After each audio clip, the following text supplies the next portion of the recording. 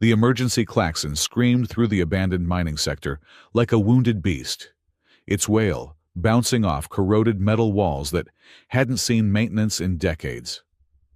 Jonas Vale cursed under his breath as he rappelled down the access shaft, his magnetic boots clicking against rusted rungs. 20 years fixing space stations, and he'd never gotten used to the smell of burning circuitry mixed with recycled air gone stale. "Jonas, you reading me?" The voice crackled through his comm unit. Marcus, the shift supervisor, sounded more panicked than usual. "We've got 3 workers trapped in sub-level storage. Fire suppression failed, and the whole grid's going haywire." "Yeah, I'm almost there," Jonas muttered, dropping the last 10 feet to land with a metallic thud. The corridor stretched before him, emergency lights painting everything in hellish red stripes. Smoke rolled along the ceiling like storm clouds, and somewhere deeper in the facility, metal groaned against metal. He found the first 2 workers near the entrance, coughing but mobile. "Get to the emergency shaft," he ordered, pointing back the way he'd come. They didn't need to be told twice. The 3rd worker was another story. Jonas found him pinned beneath a collapsed support beam in the deepest part of the storage facility, surrounded by ancient shipping containers that looked like they'd been there since the station's founding. The man's leg was twisted at an angle that made Jonas's stomach turn. "Hold on, buddy," Jonas said, wedging his hydraulic jack under the beam. "This is gonna hurt like hell, but you'll live." As the jack whined and lifted, something caught Jonas's eye. Through the smoke and flickering lights, he saw it, a sword, of all things, embedded in a tangle of burnt cables and melted plastic. The blade glowed with a faint inner light, like starlight trapped in metal. It shouldn't have been beautiful in that chaos, but it was, hypnotically so. "What kind of idiot stores a sword in a mining station?" Jonas muttered, reaching for it without thinking. Maybe he could use it as a lever, help free the worker faster. The moment his fingers touched the hilt, the universe exploded. Images crashed into his mind like a neural download gone wrong. A warrior in armor that seemed to drink light, bleeding from a dozen wounds. Eyes filled with such hatred and betrayal that Jonas felt it burn through his own chest. A symbol blazed across his vision, a crimson blade crossed with a black star, pulsing like a heartbeat. Then words, not spoken, but somehow understood. The bearer becomes the sworn becomes the hunted. The cycle continues. Jonas jerked back, but it was too late. The sword came free from the cables as if it had been waiting for him, and the moment it did, every electrical system in a 3-kilometer radius went insane. Lights exploded in showers of sparks. Gravity plates fluctuated, sending debris floating then crashing down. The trapped workers screamed as the hydraulic jack seized and failed. "No, no, no." Jonas grabbed the beam with both hands, the sword somehow still gripped in his right fist. He couldn't let go of it, couldn't drop it even as he strained against the weight, crushing the worker. With a roar of effort that tore something in his shoulder, he heaved the beam aside. The emergency lockdown siren started then, different from the fire alarm. This was military-grade containment protocol. Jonas had heard it exactly once before, when a terrorist cell had tried to blow a hole in the station's hull. "We need to move, now." He hauled the injured worker to his feet, slinging the man's arm over his shoulder. They stumbled through the smoke and chaos, Jonas's mind racing. Why couldn't he drop the sword? His fingers weren't even closed around it anymore, yet it stayed pressed against his palm like it was magnetized to his skin. They made it to the emergency shaft, just as blast doors started sealing throughout the sector. Jonas shoved the worker into the lift. "Go get to medical." "What about you?" "I'll take the maintenance tunnels." It was a lie. Jonas could already hear the heavy footfalls of security forces converging on their position. He needed to disappear, figure out what the hell just happened. He ran. Through access corridors he'd memorized over 2 decades of repairs. past storage units filled with forgotten cargo from 100 different worlds. The sword's glow had dimmed, but hadn't disappeared, casting weird shadows that seemed to move independently of his body. Jonas made it to his quarters in the civilian sector just as the adrenaline started wearing off. His shoulders screamed in protest as he sealed the door and activated every privacy lock he'd illegally installed over the years. The sword finally released from his grip, clattering onto his workbench among scattered tools and half-repaired electronics. He stared at it, breathing hard. The blade was unlike anything he'd seen, not quite metal, not quite energy, but something between. Symbols ran along its length, shifting and changing when he wasn't looking directly at them. The hilt was wrapped in what looked like leather, but felt like condensed starlight when he touched it. "Okay," Jonas said to the empty room. "Okay, think. Ancient sword in a mining station. Electrical systems go crazy when touched. Visions of dying warriors. This is fine. This is completely fine." A knock at his door made him jump. Not a knock, really. More like someone had gently placed their hand against the metal. Somehow. That was worse. Jonas grabbed the sword, and again, it locked into his grip. He approached the door slowly, checking the security feed on his wrist display. The corridor camera showed a woman standing there, tall and imposing even in the grainy footage. Silver hair that looked like spun metal. Armor the color of charcoal. Form-fitting but clearly built for function over fashion. She wasn't station security. She was something else entirely. "I know you're in there," she said, her voice carrying through the door despite speaking at normal volume. "You touched it, didn't you, the Blade of Salen?" Jonas said nothing. "My name is Arian Dre," she continued. "And whether you know it or not, you've just become the most hunted person in 3 star systems. Open the door. We need to talk." "Lady, I don't know who you are, but—" "The visions. You saw them. A dying warrior. A symbol of crossed blade and star. The burning hatred in his eyes." She paused. "That was Ceylon, hero of the old alliance. My father. And by taking up his blade, you've inherited everything he was, including his enemies." Jonas looked down at the sword in his hand. It pulsed gently, like a contented cat. "This is a mistake. I'm just a repair tech. I didn't mean to—" "The blade doesn't care what you meant. Open the door, or in about 3 minutes. The Black Mantle will kick it down. And trust me, you want me on your side when that happens." The Black Mantle. Jonas had heard whispers of them in the darker corners of the station's bars. Relic hunters who served the Old Kingdom's surviving nobility. They had a reputation for leaving very little behind when they came calling. He opened the door. Arian Dre was even more imposing in person. She stood at least 6 feet tall, built like someone who'd been trained to fight since childhood. Her armor bore scars from 100 battles, each mark telling a story of violence survived. But it was her eyes that caught Jonas's attention, silver like her hair, with an intensity that suggested she was constantly calculating the best way to kill everyone in the room. She looked him up and down with obvious disdain. "You're smaller than I expected." "Sorry to disappoint. Look, there's been a misunderstanding." "There's no misunderstanding."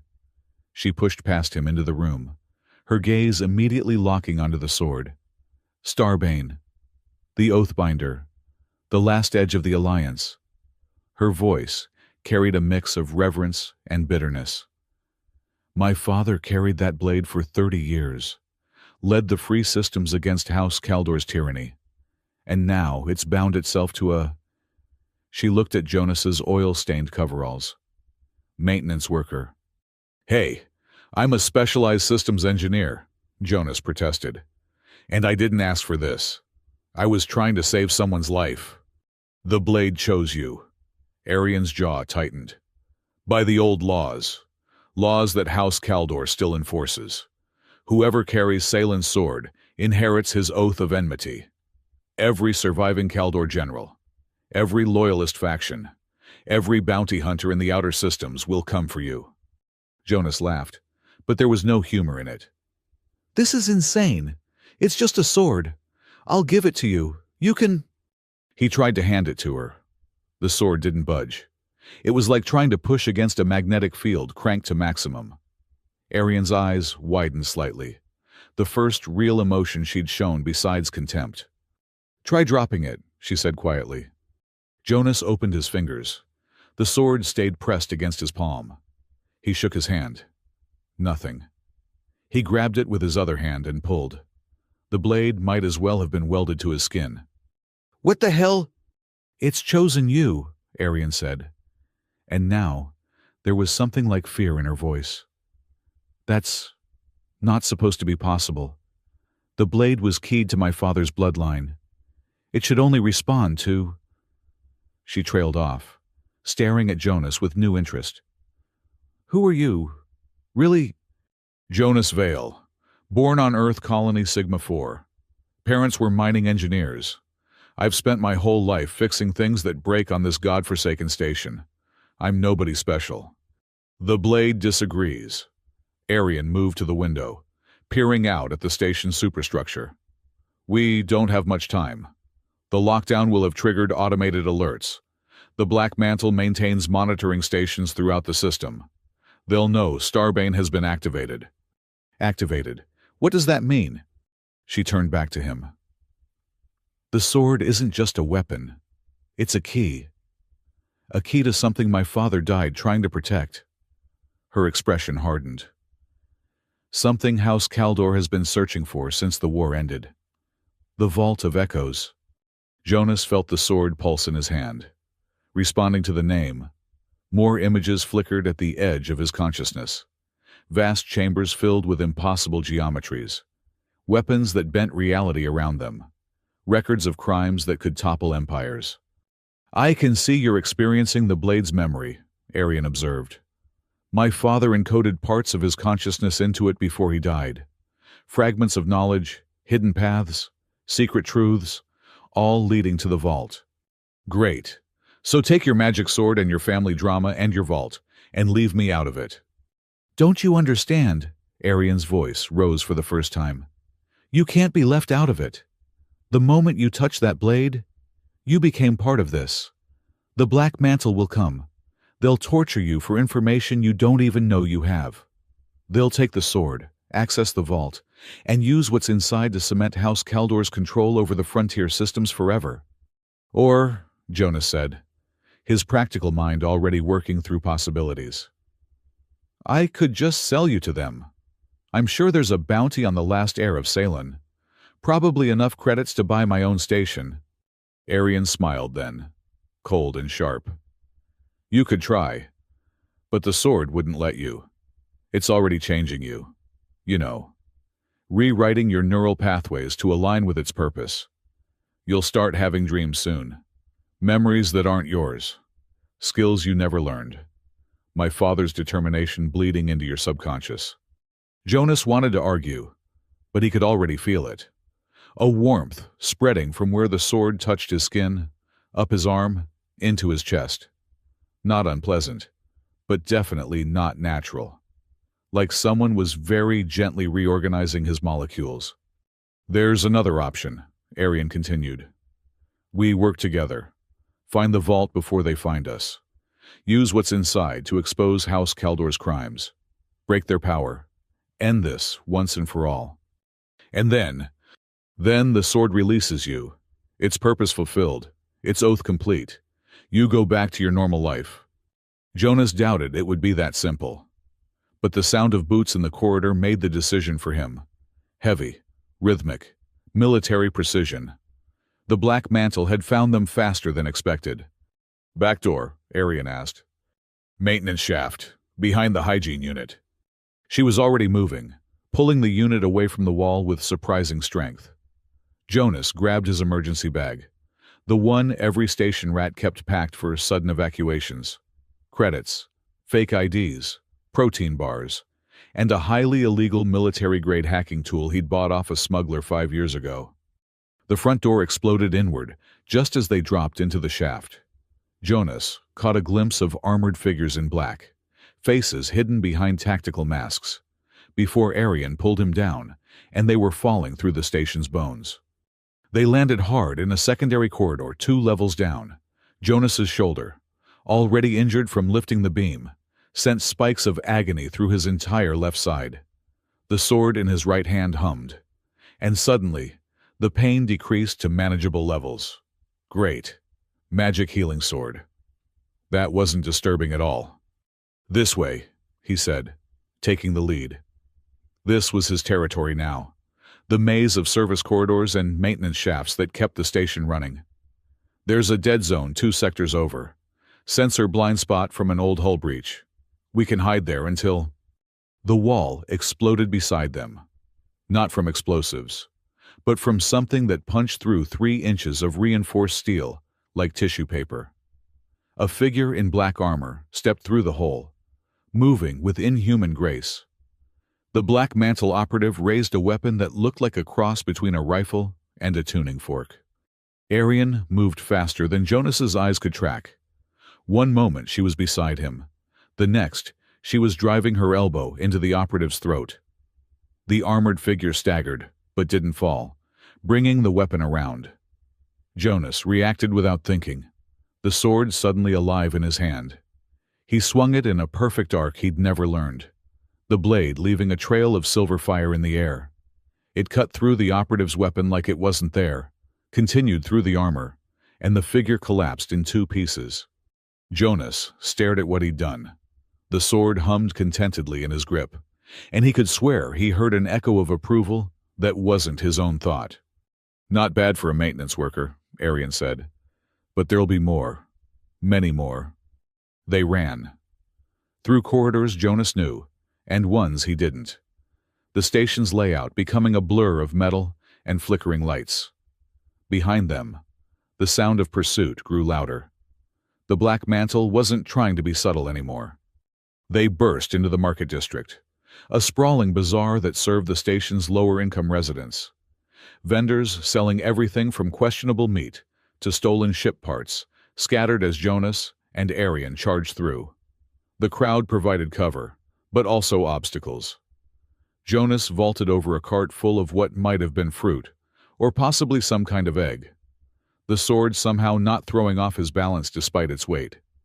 There, Arian pointed to a freight elevator at the far end of the market. We can... The crowd parted like water, and Jonas saw why. 3 more Black Mantle operatives, weapons raised. The lead one spoke, voice distorted by their mask.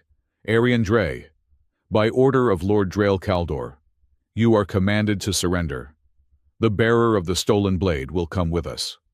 Stolen, Arian laughed bitterly. My father's blade was never yours to claim. Your father was a terrorist and a traitor. His weapons are forfeit to the kingdom. Jonas felt the sword pulse with rage that wasn't his own. Images flashed through his mind. Lord Drael Caldor, Arian's own uncle, standing over Saylan's body. Not in battle, but in what looked like a medical facility. Saylan had been betrayed, poisoned by someone he trusted, left to die slowly while his brother-in-law watched. Your uncle murdered him, Jonas said, the words coming out before he could stop them. The sword remembers. Saylan wasn't killed by House Caldor. He was killed by someone in the Alliance. By family. Arian went very still. What? The Black Mantle operatives opened fire. Jonas moved on instinct, the sword drawing him into motion. He deflected energy bolts that should have been impossible to see, let alone block. Arian rolled behind a vendor stall, came up with a weapon she'd pulled from somewhere, and returned fire. The market became a war zone, civilians screaming and running, stalls exploding in showers of debris. We need to go, Arian shouted. Jonas spotted something useful, a maintenance panel he'd repaired last week. He'd left himself a back door into the system, as he always did. Insurance against the station's owners getting too aggressive with their cost-cutting. He slapped his hand against the panel, activated his hack, and every fire suppression system in the district went off at once.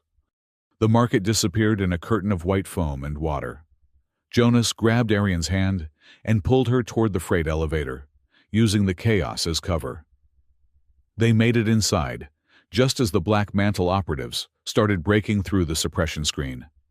Jonas hit the emergency override, sending the elevator plummeting toward the station's lower levels.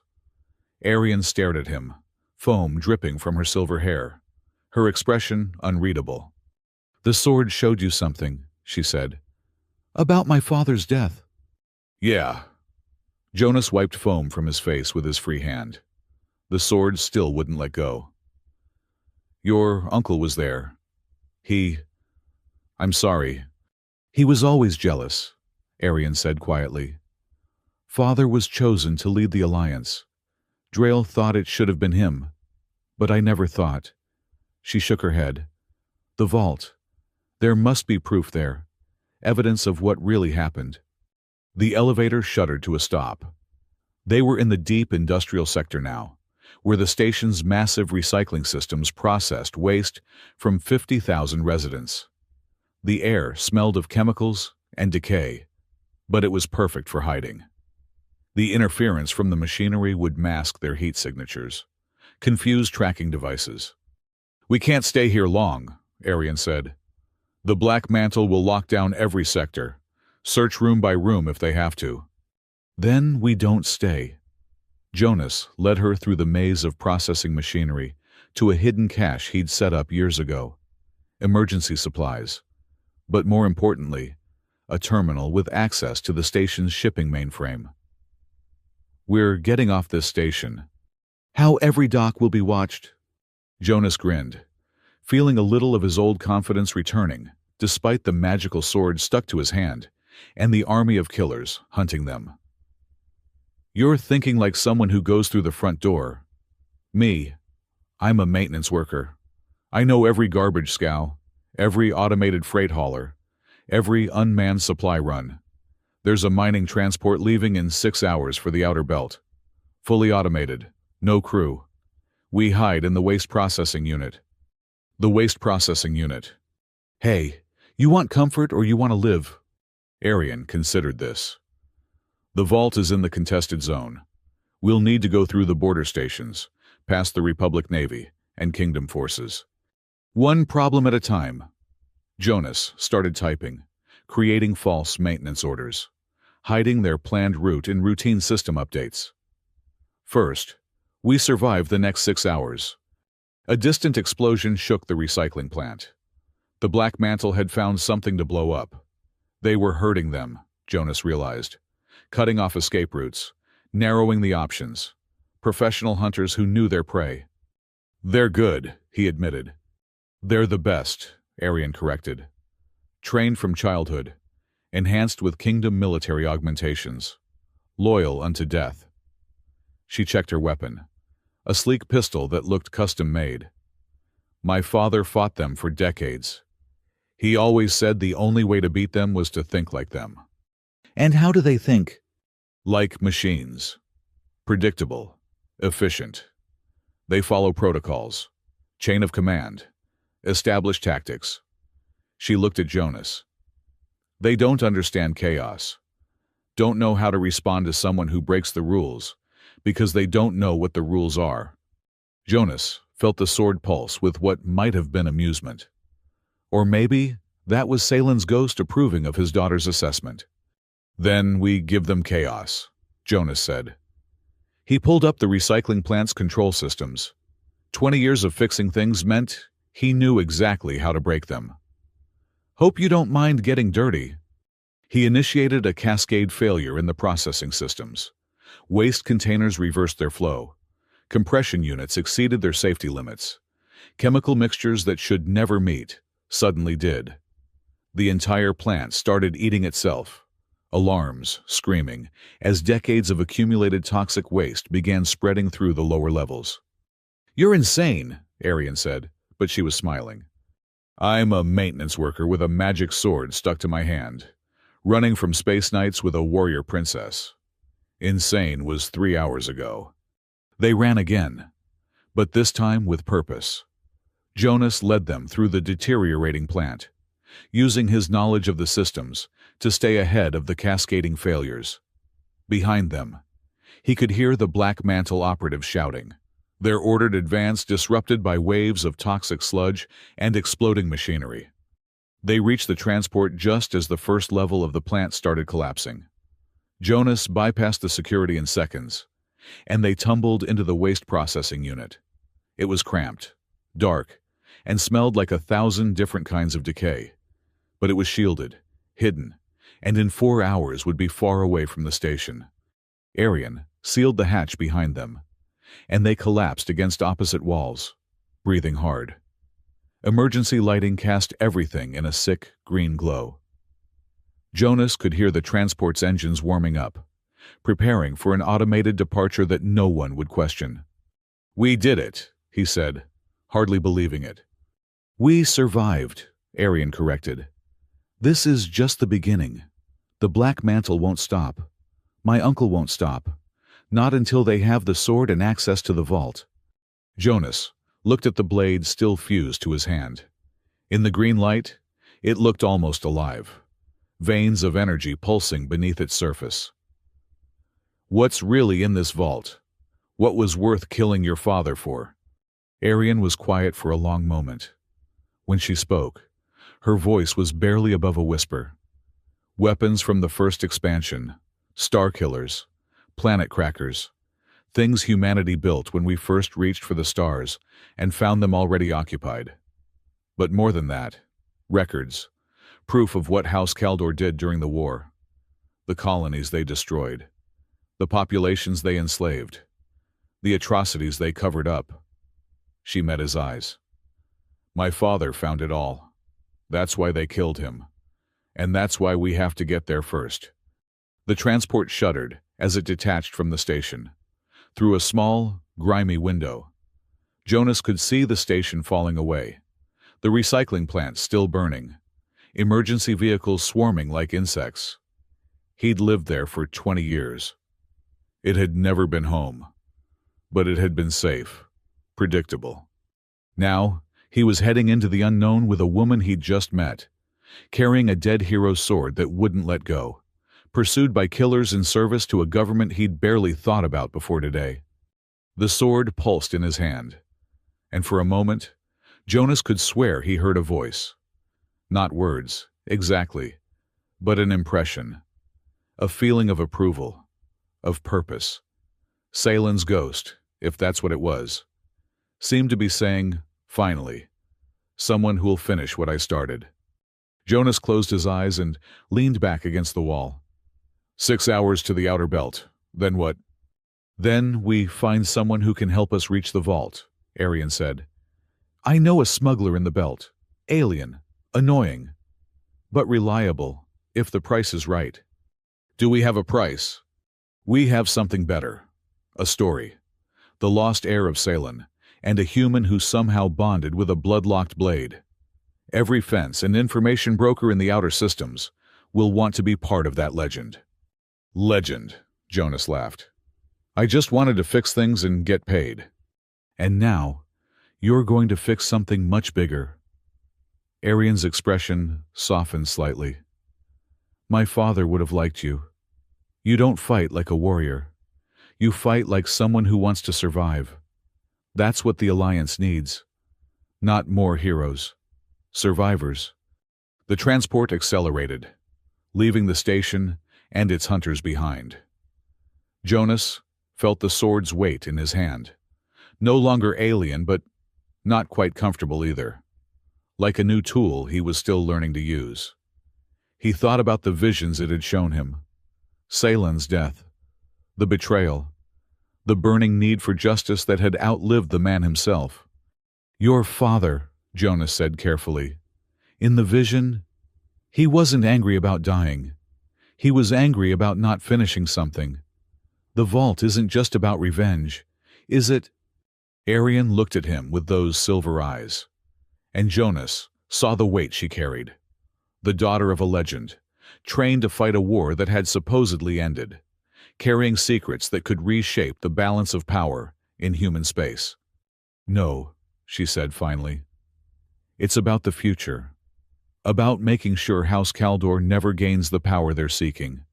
About protecting the free colonies from becoming slaves to the Old Kingdom. She paused. About proving that humanity deserves its place among the stars. Not as conquerors, but as builders, fixers. She gestured at Jonas. Like you. The transport rumbled on through the dark, carrying them toward an uncertain future. Jonas Vale, maintenance worker turned reluctant hero, looked at the sword in his hand and made a decision. He couldn't let go of it anyway, so he might as well embrace it. "All right," he said. "Let's go save the galaxy or whatever. But when this is over, you're paying for my shoulder surgery. This thing is heavy."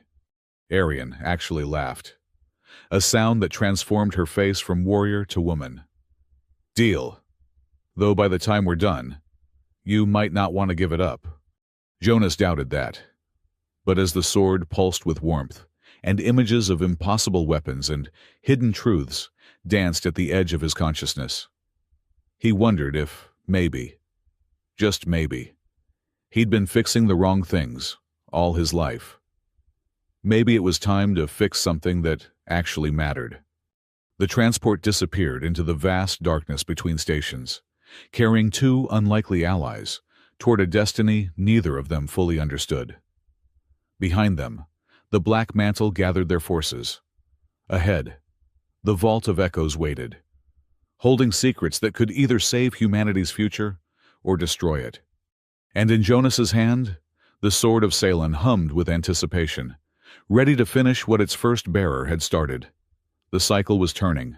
The hunt was beginning. But for the first time in 20 years, Jonas Vale wasn't running from something. He was running toward it. The waste processing unit of the automated transport reeked of industrial decay and broken dreams. Jonas had been trying to find a comfortable position for the past 3 hours, which was impossible when you had a magical sword fused to your hand and were sitting in what was essentially a metal coffin filled with recycled air and regret. "Stop fidgeting," Arian said from her corner of the compartment. She'd been motionless for the entire journey, eyes closed, breathing so shallow, Jonas had checked twice to make sure she was still alive. "Easy for you to say? You're not the one with alien steel growing out of your palm." Jonas lifted the sword, watching its faint glow pulse in the darkness. "This thing is getting heavier." "It's not getting heavier. You're getting tired." Arian opened one silver eye. "The blade feeds on your energy when you're weak. My father trained for years to bear it without exhaustion." "Great. So I'm going to die of magical sword fatigue before the Space Knights even find us." "The Black Mantle aren't knights. They're hunters, killers, tools of oppression wrapped in ceremony and tradition." She opened both eyes now, fixing him with that intense stare. "And they will find us. It's not a matter of if, but when."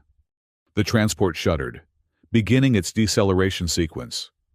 They were approaching the outer belt, a sprawling collection of mining platforms, refugee stations, and black market hubs that existed in the gray zone between Republic space and the Old Kingdom territories. It was exactly the kind of place where people went to disappear, which made it perfect for people who didn't want to be found, and terrible for people trying to stay hidden. "Your smuggler friend," Jonas said. "You trust them." "I don't trust anyone," Arian replied. "But Grix owes me 3 life debts, and their species takes that seriously." Their species: Kandaren, 4 legs, 2 mouths, and a peculiar relationship with the truth. Jonas was about to ask what she meant by peculiar when the transport lurched to a stop. The waste unit's disposal sequence would begin in 30 seconds. They positioned themselves near the exit hatch, ready to move the moment the automated systems opened the doors. The hatch hissed open, revealing the loading bay of mining platform Delta 9. The air hit them like a physical force, thick with industrial fumes and the distinctive smell of desperation that clung to frontier settlements. Jonas and Arian rolled out of the waste unit, landing on the grimy deck plates just as the disposal sequence activated behind them. "Scenic," Jonas muttered, brushing off something that might have been organic or might have been machine oil. It was hard to tell in places like this. The loading bay was mostly empty. Just a few automated loaders moving containers with mechanical precision. But Jonas's 20 years of station living had taught him to read the spaces between things. The security camera in the corner that was angled just a little too purposefully. The maintenance panel that had been recently accessed despite the layer of grime everywhere else. The faint heat signature on his helmet's display that suggested someone had been standing in the shadows very recently. "We're being watched," he said quietly. "I know," Arian replied. "Grix always watches before making contact. They're paranoid even by smuggler standards." A voice spoke from directly behind them, which should have been impossible given that Jonas had been watching that direction. "Paranoid is such an ugly word. I prefer extensively cautious or perhaps comprehensively careful." Jonas spun around, the sword coming up instinctively. The being standing there made him stop mid-swing. Grix was indeed four-legged, though legs seemed an inadequate description for the articulated limbs that ended in what looked like hands with too many fingers. Their body was covered in scales that shifted color every few seconds, creating a disorienting camouflage effect. But it was the two mouths that really threw Jonas off. One was speaking while the other appeared to be humming. "Arian Dre," the speaking mouth said with something that might have been a smile. "You look terrible. Being hunted disagrees with you. Being hunted disagrees with everyone." The humming mouth added in a completely different tone. "Grix," Arian said, inclining her head slightly. "The debt stands." "Oh, the debt. Yes, yes. The debt absolutely stands. 3 lives saved, 3 favors owed." The alien's 4 eyes, which Jonas had just noticed, all focused on the sword in his hand. "But that's an interesting complication you've brought. That's Starbane. That's impossible. Many impossible things have happened recently," Arian said. "We need passage to the contested zone." Both of Grix's mouths laughed, but they sounded like completely different beings, finding different things funny. "The contested zone, during a border dispute with the Black Mantle hunting you." "My dear, that's not transportation. That's suicide with extra steps." "Which is why we need the best smuggler in the belt," Jonas said, deciding to try his hand at negotiation. Someone who could slip through a blockade without anyone knowing. Someone whose reputation would be legendary if they pulled it off. All 4 of Grix's eyes turned to him. "You're not Alliance. You're not even military. You're maintenance." "I fix things," Jonas said simply. "He's the sword-bearer," Arian added, "chosen by Starbane itself." Grix circled them, all 4 legs moving in a pattern that hurt to watch. One mouth was muttering calculations, while the other seemed to be arguing with itself. Finally, both mouths spoke in unison, which was deeply unsettling. The Vault of Echoes. "What about it?" Arian asked carefully. "Don't insult my intelligence, and Starbane is the key. You're going after Saylin's great discovery, the thing that got him killed." The left mouth smiled. "The thing that could reshape the balance of power in human space." The right mouth frowned. "The thing that will definitely get us all killed." "So you'll help us?" Jonas asked. "Help is such a strong word," left mouth said. "We prefer enable your potentially lethal quest for appropriate compensation," right mouth added. "What compensation?" Arian's hand had moved to her weapon. Grix's scales shifted to a deep purple that somehow conveyed amusement. "Exclusive salvage rights to whatever you don't need from the vault.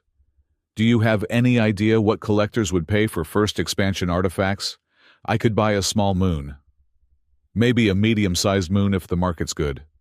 Before Arian could respond, alarms started wailing throughout the platform. Not the standard emergency alerts, but the specific tone that meant military vessels had entered local space. "Black Mantle?" Jonas asked. Grix's scales went pale. "Worse. That's a Kingdom Intercept Squadron. 3 heavy cruisers and a carrier." They scuttled toward a hidden door that Jonas hadn't even noticed. "They're not here to arrest you. They're here to obliterate the entire platform to make sure you're dead." They ran, following Grix through a maze of corridors that seemed to exist between the platform's official architecture. Hidden passages, smuggler routes, maintenance shafts that had been repurposed into an entire shadow infrastructure. Jonas was impressed despite himself. This was the kind of creative engineering that only happened when regulations met reality and lost. "My ship's in Bay 12, Grix said, both mouths speaking rapidly.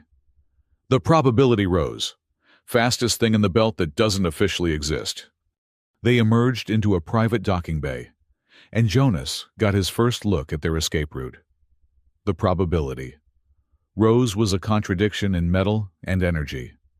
It looked like someone had taken 3 different ships, cut them apart, and reassembled them according to a fever dream.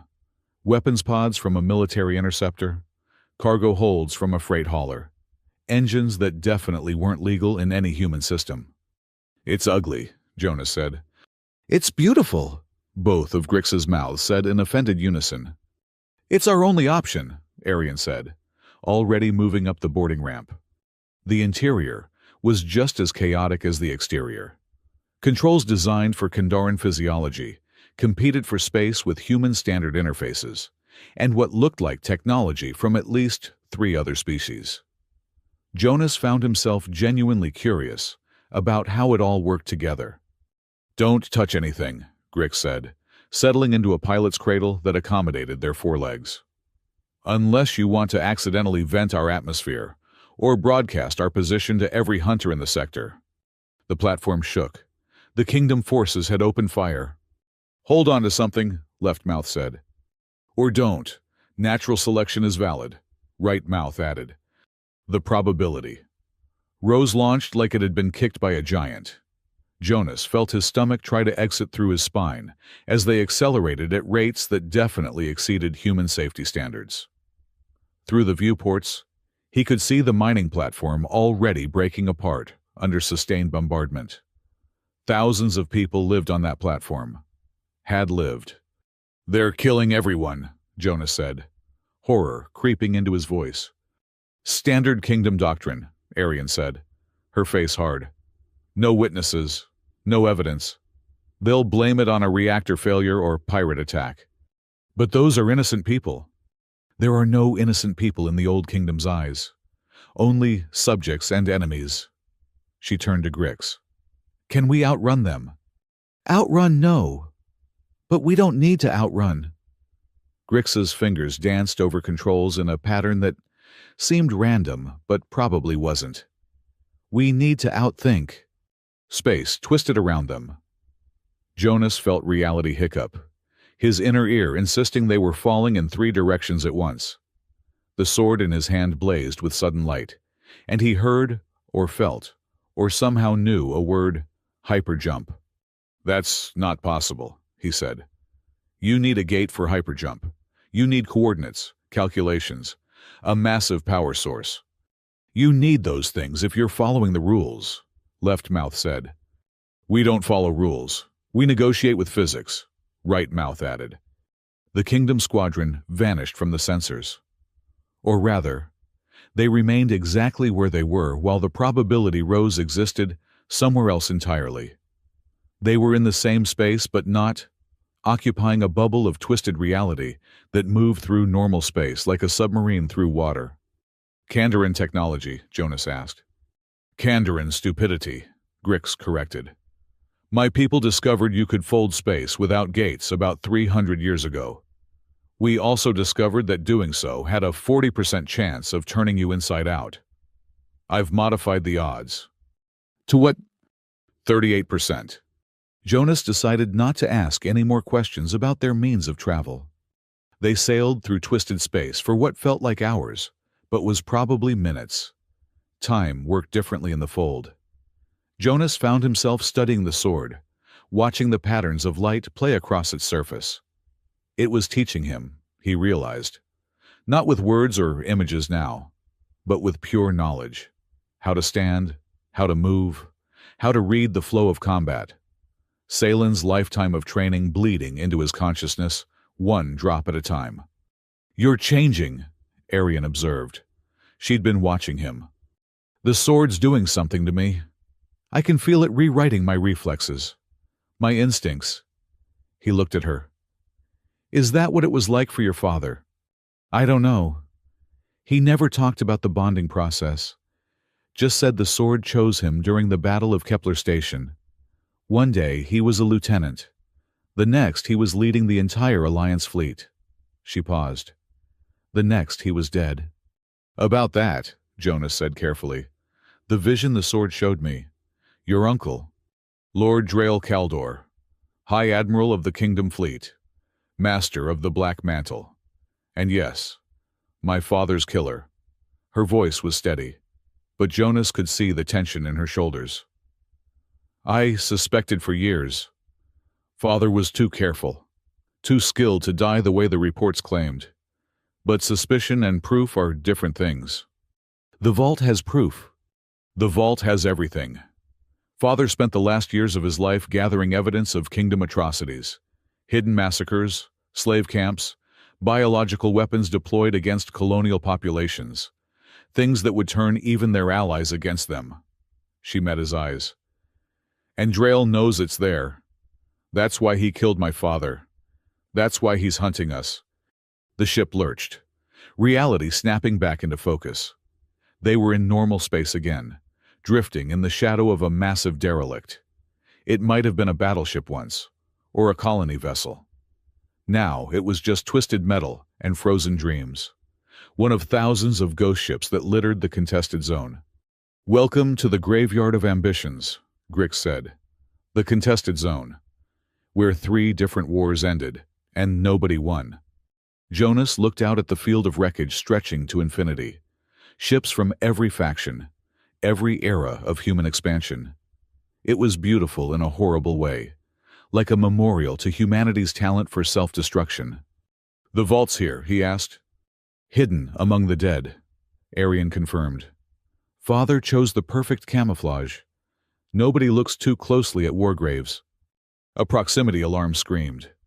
Grix's scales went through a rapid color change that probably indicated panic. "We have company. Black Mantle signature, but different. Upgraded." On the sensors, Jonas could see them. Not the standard Black Mantle ships they'd escaped from before. These were something new, sleeker, faster, with energy signatures that suggested weapons he didn't recognize. "Elite Squadron," Arian breathed. "Drael's personal unit. He's here himself." A communication channel opened, without anyone accepting it. The voice that came through was cultured, controlled, and absolutely terrifying in its casual confidence. "Hello, niece. I see you found an interesting companion. The maintenance worker who thinks he's a hero. How delightfully absurd."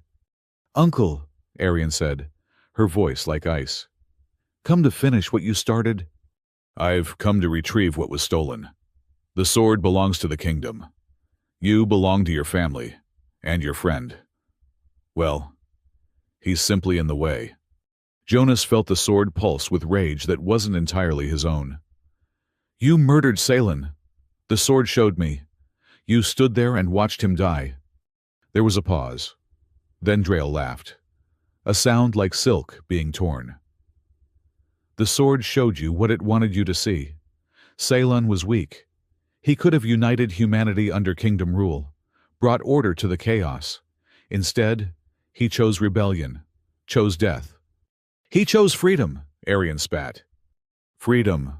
Such a small word for such a large delusion. You have 10 seconds to surrender. Then I turn your borrowed ship into atoms and sift through the debris for the sword." Grix was already moving, fingers flying over controls. "We can't fight those ships. We can't outrun them. We're comprehensively doomed." "Unless," Left Mouth said, "unless we do something stupidly brilliant," Right Mouth finished.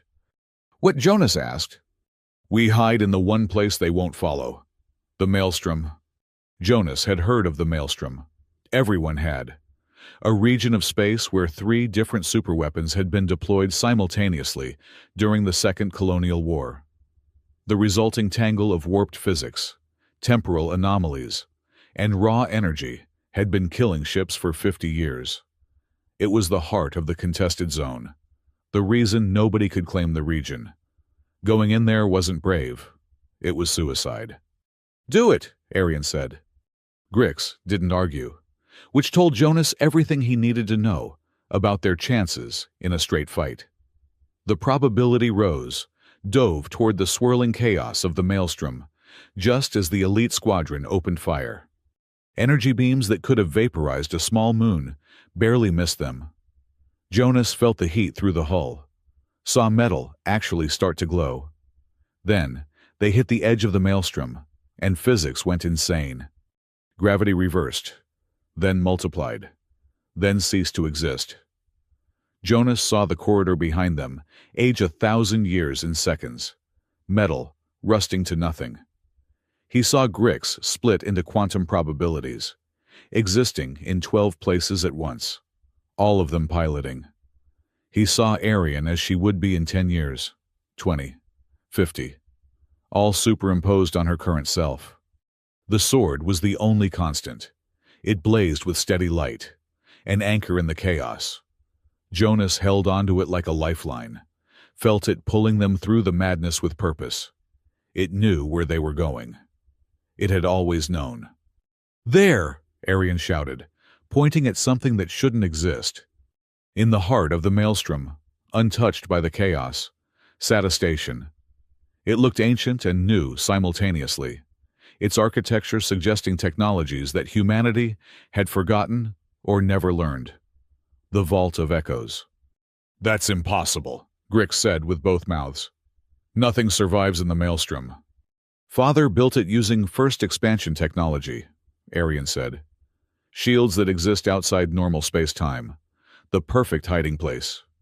They approached the station, the chaos of the maelstrom parting around them like water around a stone. The sword was pulling them in, recognizing its destination. Jonas could feel its eagerness. Cylon's purpose, finally within reach. But as they docked, Jonas saw something that made his blood run cold. Another ship was already there. Not Black Mantle. Something older, more advanced. Something that shouldn't exist. "What is that?" he asked.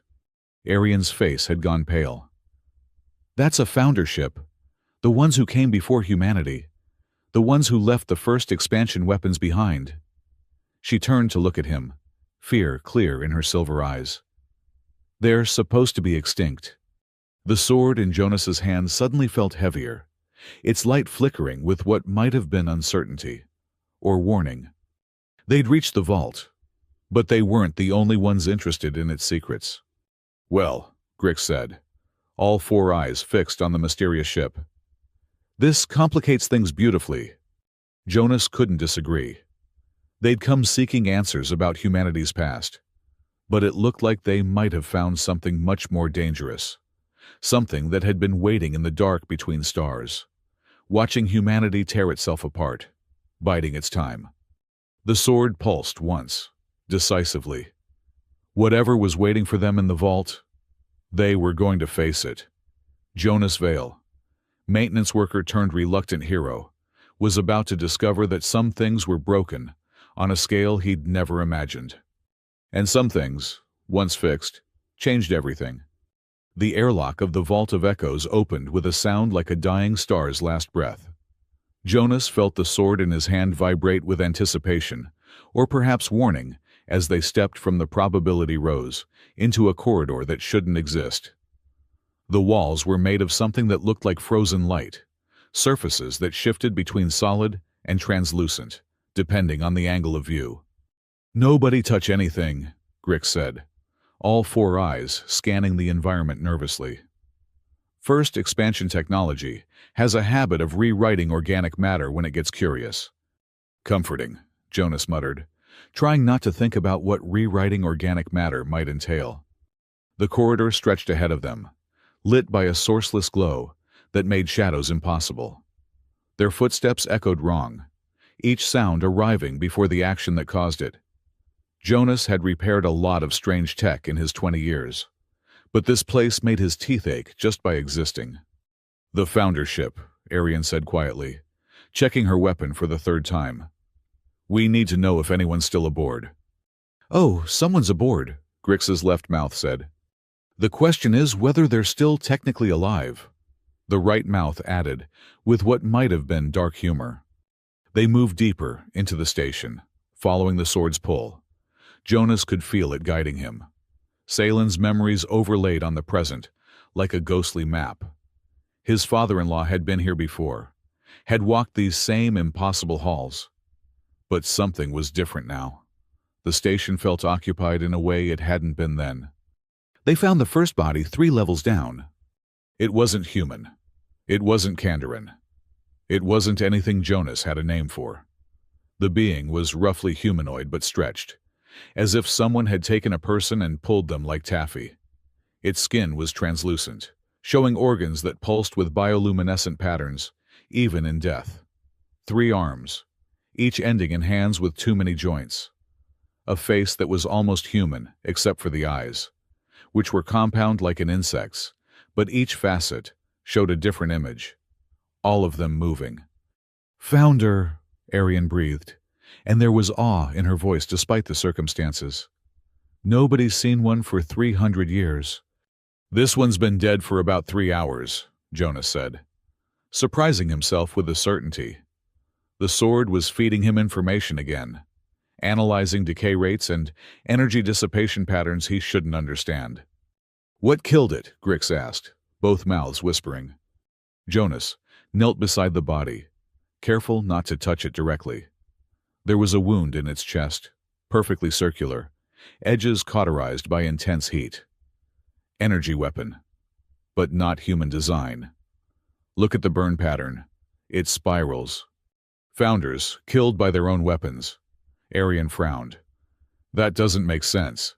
They were supposed to be united, a perfect collective consciousness. "Nothing's perfect," Jonas said, standing. "And something tells me we're about to meet whatever did this." They continued through the station, passing chambers filled with incomprehensible technology. Machines that seemed to be growing like plants. Computers made of crystallized time.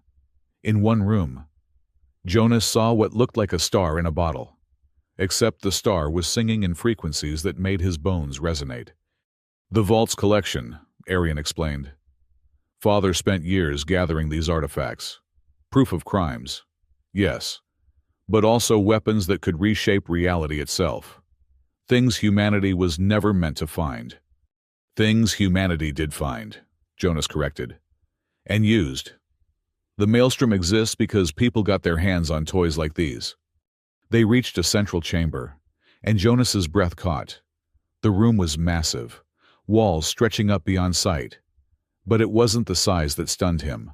It was what floated in the center, thousands of data crystals, each one containing what the sword told him were memories, histories, secrets. They orbited around a central platform like planets around a sun. And on that platform stood 2 figures. One was obviously a founder, similar to the corpse they'd found, but very much alive.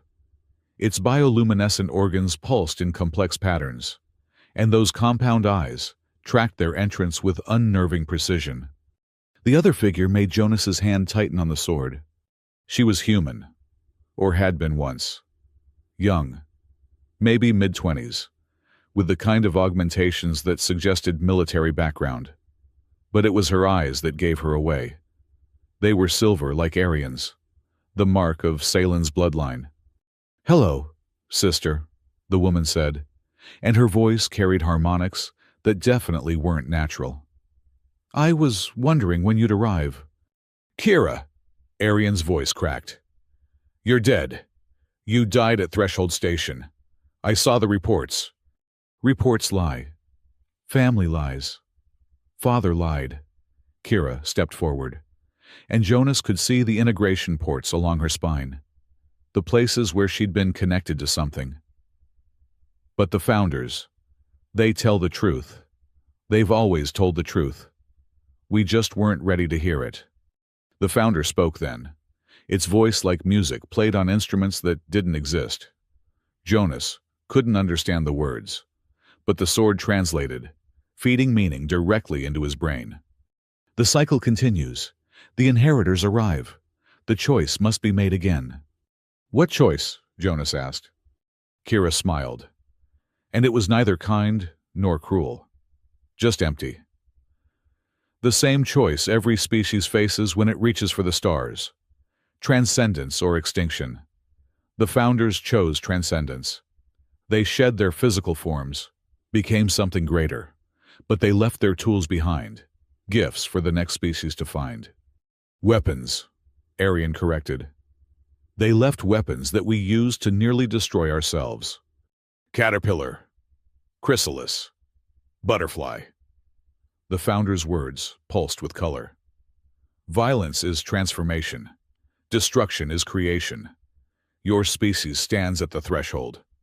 Grix had been unusually quiet, but now both mouths spoke in nervous harmony. This is significantly worse than I anticipated, and I anticipated pretty bad things. The vault isn't just a collection, Kira continued, gesturing at the orbiting data crystals.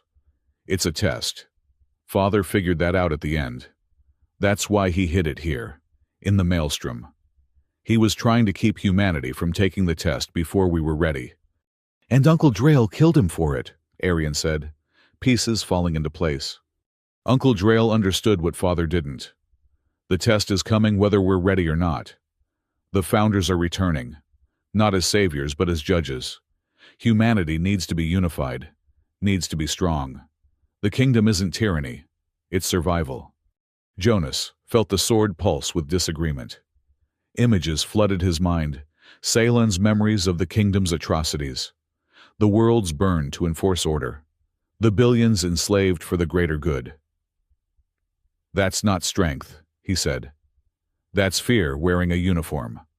Kira's attention shifted to him, and her augmented eyes analyzed him with mechanical precision. The maintenance worker who thinks he's a hero. Do you know why the sword chose you? Random chance, Jonas suggested, though he didn't believe it anymore. Because you fix things without understanding them. You make broken systems work without questioning why they broke. She smiled, that empty smile again. The perfect tool for the founder's purpose. Someone who will complete the test without realizing what it means. The founder moved then, gliding rather than walking, until it stood directly in front of Jonas. One of its 3 arms extended, offering something. A crystal, different from the others, pulsing with inner fire. The heart of stars, the sword whispered in Jonas's mind. The key to everything. The power to remake or destroy. Don't touch it, Arian warned. Definitely don't touch it, Grix agreed with both mouths. But Kira laughed. He doesn't have a choice. The sword won't let him refuse. It was made for this moment, designed to ensure someone would complete the test. Father tried to break the cycle by hiding the vault, but the sword always finds a way. Jonas looked at the crystal, then at the sword in his hand. He could feel the pull between them, 2 parts of a machine wanting to be whole. What happens if I take it? Humanity transcends or humanity dies, the founder said simply. As it was with us. As it will be with those who come after. That's not a choice, that's an ultimatum, Jonas protested. Welcome to the universe, Kira said. It doesn't care about fair. The station shuddered. Alarms that sounded like whale songs began echoing through the corridors. On Grix's scanner, new signals appeared. The elite squadron found a way through the maelstrom, Grix announced. Lord Drail is coming. Good, Kira said. He should be here for this. He's worked so hard to make it happen. Arian's weapon was in her hand faster than thought. You're working with him. You betrayed Father just like he did. I evolved past Father's limitations. Just like you need to evolve past yours. Kira's augmentations began glowing, integration ports sparking with energy. The founders showed me what's coming. Ships from beyond our galaxy. Beings that make the Founders look primitive. Humanity needs to be ready, needs to be unified, needs to be more than human. Or maybe, Jonas said, an idea forming. Humanity needs to be exactly what it is. Messy, chaotic, stubborn as hell and too stupid to know when we're beat. He reached for the crystal, but not with his free hand. He brought the sword up, touching its blade to the heart of stars. The reaction was immediate and violent. Energy erupted from the contact point, but instead of destroying, it revealed. The orbiting data crystals suddenly projected their contents, filling the air with holographic records. The kingdom's crimes, yes, but also their triumphs. The Alliance's victories, but also their failures. Humanity's entire bloody history of reaching for the stars, laid bare in light and shadow. And through it all, a pattern emerged. Every time humanity faced extinction, they survived not through unity, but through diversity. Not through order, but through chaos. Not through transcendence, but through sheer, stubborn refusal to give up. "You're wrong," Jonas said to the Founder. "Both of you are wrong. The test isn't about becoming something else. It's about proving we're already enough." The Founder's compound eyes shifted, each facet showing a different emotion. Surprise, approval. It was impossible to tell. Interesting interpretation. Incorrect, but interesting. The station shook again, more violently.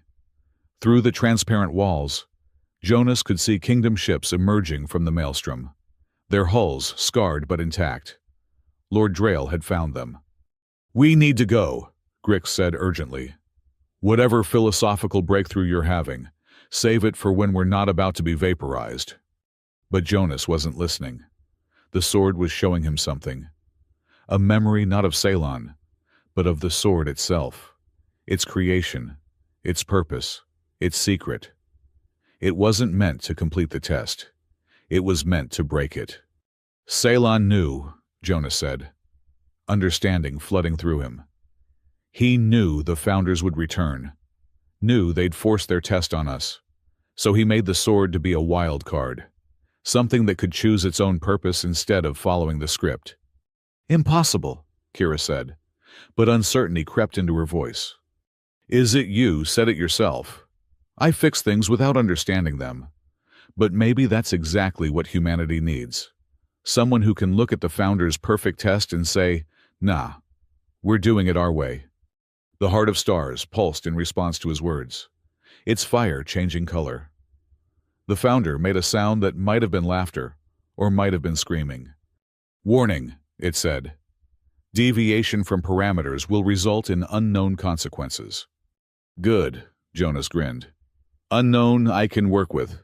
It's the known that usually tries to kill me." He pressed the sword harder against the crystal, and reality began to unravel.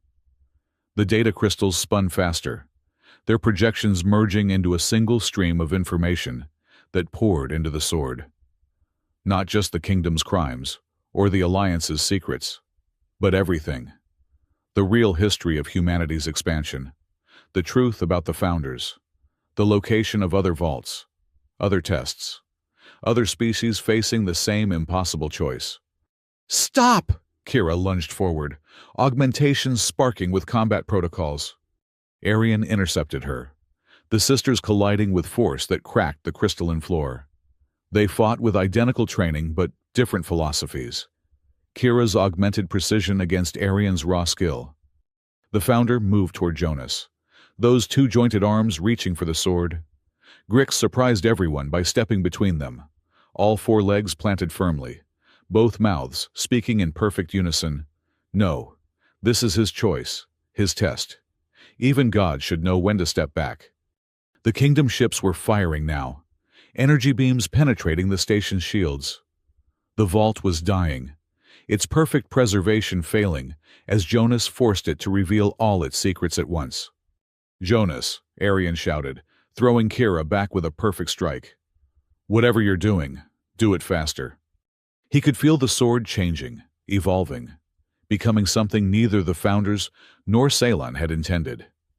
It was taking all the information, all the power, and condensing it into something new. Not a weapon, not a key, but a choice. A real choice, not the false binary of transcend or die. The heart of stars cracked, its fire escaping in controlled bursts. Each burst carried information, understanding, possibility. Jonas saw futures spreading out like branches on a tree. Humanity conquering the stars through force. Humanity ascending beyond physical form. Humanity destroyed by powers beyond comprehension. But also humanity surviving through cooperation. Humanity teaching other species their chaotic wisdom. Humanity becoming the bridge between the transcendent and the physical. Not choosing one or the other, but holding both in balance. That's it, he breathed. That's the real test. Not choosing between options they give us, but making our own path. The sword absorbed the last of the heart's fire and went dark. For a moment, Jonas thought he'd broken it, destroyed humanity's chance at whatever came next. Then it blazed back to life, brighter than ever. But the light was different. Not silver or gold or any color that had a name. It was the light of possibility itself. Kira stopped fighting, staring at the transformed sword. "What did you do?" "I fixed it," Jonas said simply. "It was broken from the start, locked into a pattern that would just repeat the Founder's mistake. Now it's something new." The Founder's compound eyes, all focused on him, showing the same image in every facet, respect. "You have changed the parameters. The test is no longer valid. The cycle is broken." "Good," Jonas said. "Cycles are just another kind of cage." Lord Drail's voice echoed through the station. Broadcast on all frequencies. "Attention vault occupants. You have 30 seconds to surrender before we reduce the entire structure to component atoms." "He's not bluffing," Arian said. "The kingdom has weapons that can destroy even first expansion technology." "Then we leave," Jonas decided. "All of us." "I'm not going anywhere with you," Kira spat. "Yes, you are. Because you're family. And families are messy and complicated, and sometimes they try to kill each other. But they're still family." He looked at the Founder. "You too. Your people hid in transcendence. But maybe it's time to come back. See what the messy physical universe has become." "The risk is significant," the Founder said. "Everything worth doing is risky," Grix added, scales shifting to a color that might have been hope. The station shook as the kingdom's weapons found their range. They had seconds, not minutes. Jonas raised the transformed sword, and it responded to his will in a way it never had before. Not as a tool or a weapon, but as a partner. Space folded around them. Not the violent twist of Kandarian technology or the perfect geometry of Founder science, but something distinctly human, messy, inefficient, but absolutely effective. They vanished from the vault just as Lord Drail's weapons tore it apart. The secrets it contained scattered across the maelstrom. Some destroyed, others hidden, waiting to be found by those brave or foolish enough to look. But Jonas and his unlikely allies were already elsewhere, riding the sword's new power to a destination none of them expected. The transformed blade had shown Jonas something in those final moments. A truth that changed everything. The test wasn't over. It had just begun, and humanity wasn't facing it alone. The sword's teleportation deposited them in the cargo hold of a derelict freighter drifting at the edge of the contested zone. Jonas collapsed to his knees, the transformed blade still humming in his grip, its new resonance making his teeth ache. Around him, the others materialized in various states of disorientation. Grix landed on all four legs, both mouths gasping in different rhythms. "That was simultaneously the worst and best thing I've ever experienced. And I once dated a binary star system." Arian had her sister pinned against a bulkhead before the transport shimmer had even faded. Weapon pressed to Kira's throat. "Give me one reason not to end this now." "Because you need me," Kira said calmly, her augmented eyes tracking everything despite the blade at her neck. The kingdom will hunt us all now. I chose the wrong side, but I know their tactics, their resources, their weaknesses. You chose the side that murdered our father. I chose the side I thought would save humanity. I was wrong. For the first time, something like emotion flickered across Kira's enhanced features. The sword proved that. Jonas proved that.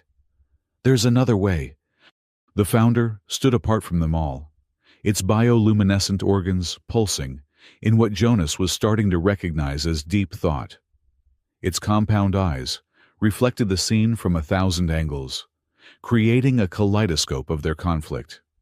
Where are we? Jonas asked, forcing himself to stand. The sword's weight had changed, not heavier but denser somehow, like it contained compressed possibility.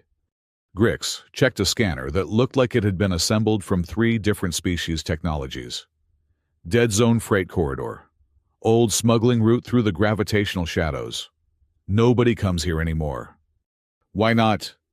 Because space here is broken, Left Mouth said. Fundamentally wrong, Right Mouth added. Jonas moved to a viewport and understood immediately. Outside, space itself was fractured. He could see the same debris field from multiple angles simultaneously, past and present overlapping in ways that made his brain protest. A ship that was both destroyed and intact drifted by, its crew visible as skeletons and living beings in the same moment. Temporal scarring from the war, Arian explained, finally releasing Kira but keeping her weapon ready. When the 3 superweapons detonated in the maelstrom, they created ripples, places where causality gets confused. It's beautiful, the founder said, its musical voice carrying undertones of longing. Your species' violence creates such interesting patterns. We never had wars like this. We transcended before we learned to truly destroy. Lucky you, Jonas muttered. He was studying the sword, watching how its new light interacted with the broken space outside. It wasn't reflecting the chaos. It was harmonizing with it. We need to move. Drail will figure out where we went eventually. To where Kira asked. The vault is destroyed. The test is broken. What's the plan now? Jonas felt the sword pulse, and suddenly he knew. Not a memory or vision, but pure understanding. There are other vaults. The founders left them scattered across human space, each one containing a piece of the test. We broke one cycle, but the others are still active. 12 vaults in total, the founder confirmed, each testing a different aspect of evolution. Yours was choice. The others are sacrifice, unity, innovation, destruction, preservation, transformation, communication, isolation, expansion, compression, and beginning. Poetic, Grix said sarcastically. Also terrifying. 11 more tests that could destroy humanity. Or 11 more chances to prove we deserve to exist on our own terms, Jonas countered. He looked at the assembled group, a warrior seeking revenge, her augmented sister seeking redemption, an alien smuggler seeking profit, an extinct species seeking understanding, and himself, a maintenance worker seeking answers. We're going to find them all. That's insane, Kira said. That's impossible, Grix added with both mouths. That's necessary, Arian concluded, understanding Jonas's logic. If we don't, the kingdom will, or worse, they'll activate on their own when the founders return in force. The freighter shuddered, its ancient hull protesting against gravitational forces that shouldn't exist. Through the twisted space outside, Jonas caught a glimpse of something moving with purpose. Not debris, but ships. Small, fast, armed. Scavengers, Grix announced, scales shifting to a worried orange. Dead zone pirates. They hunt in the broken spaces where normal ships can't follow. Can we outrun them? Jonas asked. In this wreck we'll be lucky if we can outdrift them. The first impact came before anyone could respond. Not weapons fire, but boarding pods. drilling through the hull with molecular cutters. Jonas counted 3, maybe 4 separate breach points. "They're not after cargo," Kira said. Her augmentations already combat cycling.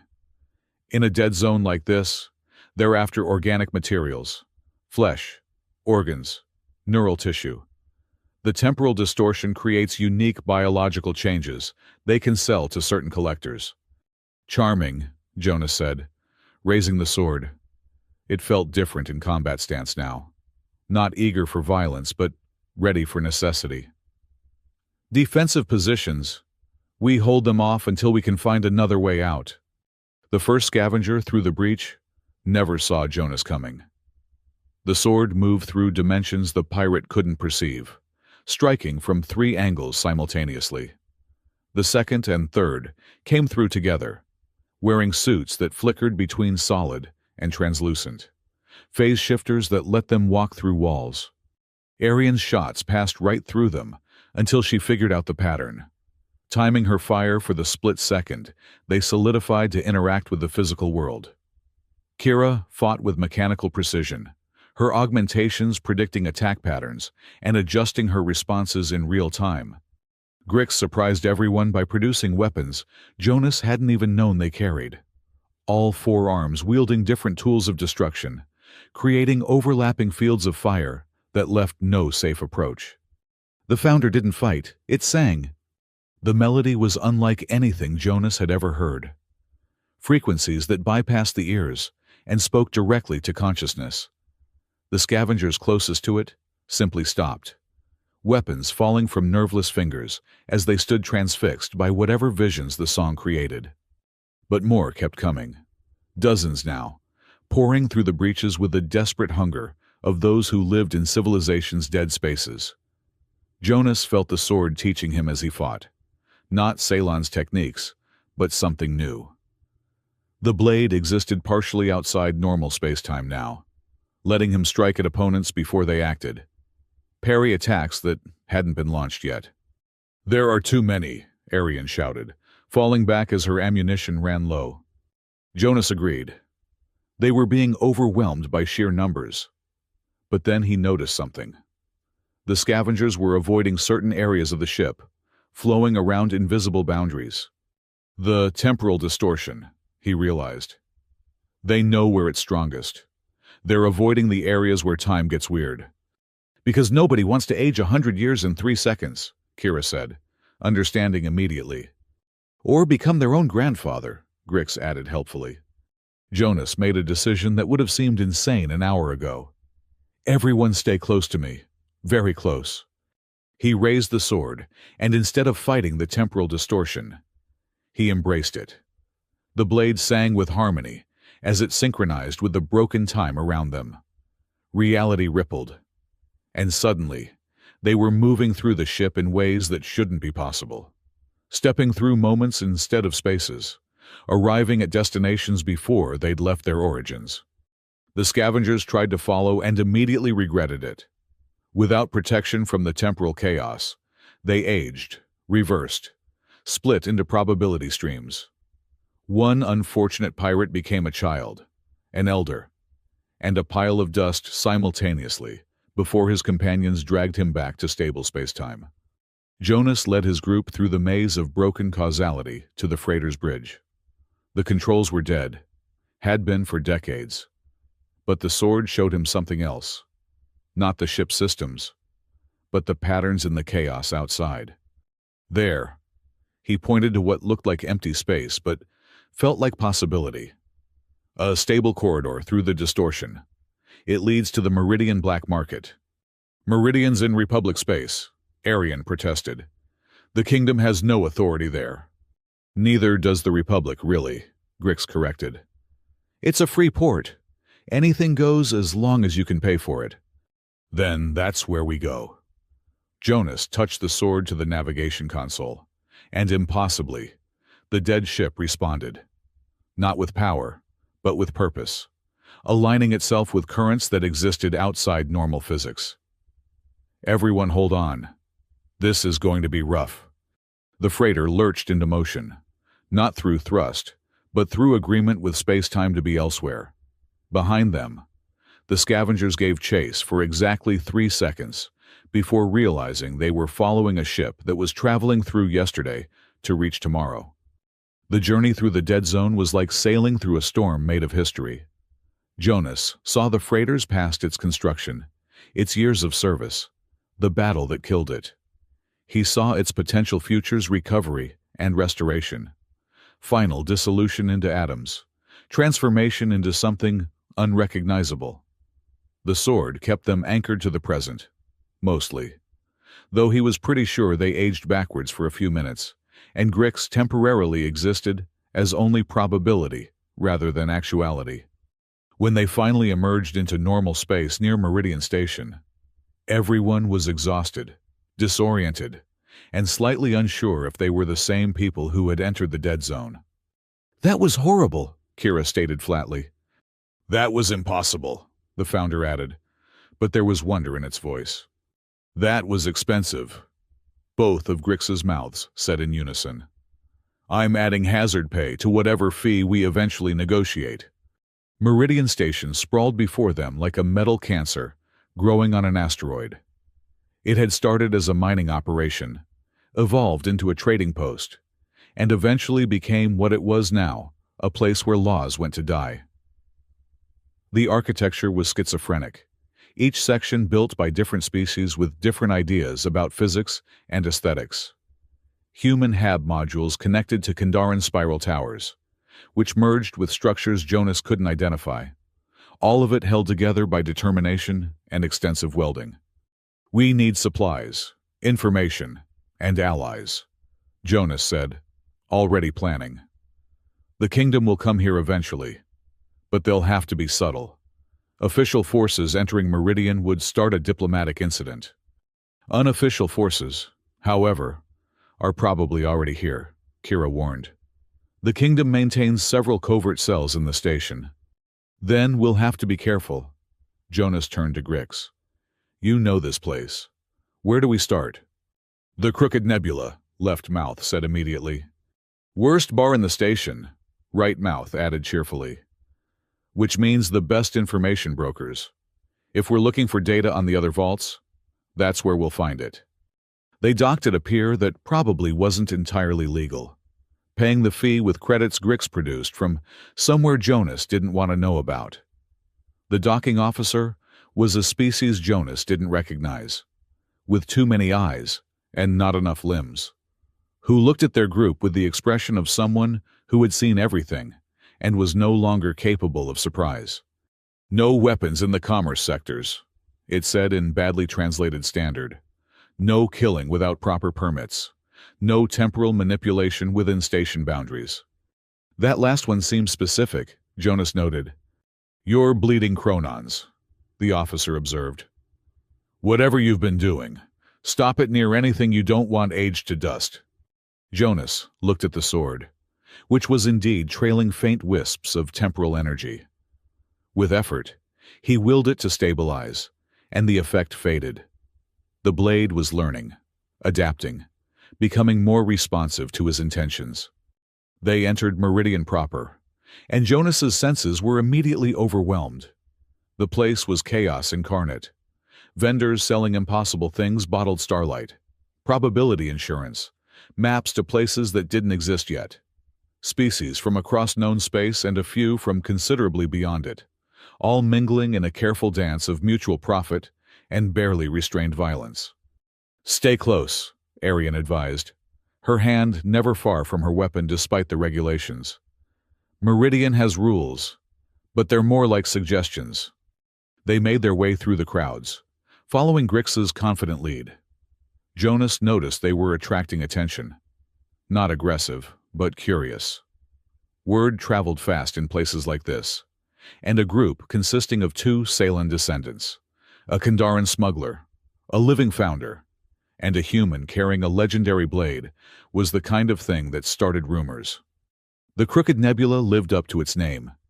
The entrance was an optical illusion that made Jonas's eyes water, and the interior existed in at least 3 dimensions, possibly 4. The clientele was the kind of diverse that usually preceded either fascinating conversations or massive bar fights. Grix led them to a corner booth that provided good sightlines and better escape routes. A server appeared. Or possibly had always been there. Jonas couldn't tell. It was made of what looked like living smoke with eyes floating in the middle. "Drinks?" it asked in a voice like wind through graves. "Information," Jonas replied. "We're looking for someone who knows about first expansion sites." The smoke creature rippled. "That kind of information costs more than credits." "What's the price?" "Stories, true ones, the kind that change things." Jonas felt the sword pulse with amusement. He held it up, letting its transformed light play across the smoky form. "How about the story of how a maintenance worker broke a founder test and lived to tell about it?" Every conversation in the bar stopped. All eyes, compound, simple, and theoretical, turned to their table. The smoke creature's eyes widened, which was disturbing to watch. "That would be acceptable," it said carefully. "Wait here." It disappeared. Or possibly just became invisible. Jonas couldn't tell and didn't really care.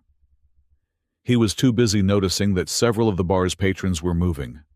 Not toward them, but into positions that suggested they were either very interested or very concerned. "We've made an impression," Kira observed, her augmentations tracking every potential threat. "Good," Jonas said. "We need word to spread. The more people know the test can be broken, the less power the kingdom has." A new figure approached their table. Human, or close enough, wearing clothes that suggested wealth without flaunting it. She was older, maybe 60 standard years, with scars that told stories and eyes that had seen too much. "My name is Marcus Thorne," she said, which was interesting because she was definitely not a Marcus. "I collect stories about the founders. Yours sounds particularly interesting." "It's more than interesting," Jonas said. "It's revolutionary." "Revolution," she smiled, and it was sharp as a blade. "My favorite word. Tell me everything, and I'll tell you where to find the next vault. Fair trade." Jonas looked at his companions. Arian nodded slightly. Kira shrugged. Grix's scales shifted through a pattern that meant profitable risk. The founder sang a single note of agreement. "Deal," Jonas said, and began to tell the story that would change everything. As he spoke, he noticed more people gathering. Not obviously, but the bar was definitely fuller than it had been. Word was spreading through Meridian's underground networks. The maintenance worker with Salen's blade, the broken test, the possibility of choosing a different path. By the time he finished, the Crooked Nebula was packed. Humans, aliens, and things that defied classification, all listening to the impossible tale. When he was done, there was silence for a long moment. Then Marcus Thorne laughed, loud and genuine. "You beautiful, insane fool, you've just declared war on the entire structure of power in human space." "I've fixed things all my life," Jonas replied. "This is just a bigger repair job." She pulled out a datapad, fingers dancing over holographic displays. "The next vault is in the Helios system, the test of sacrifice, but—" She paused, frowning. "The kingdom has a fleet stationed there. They're not guarding the vault. They don't know it exists. But they're there for something else." "What?" Arian asked.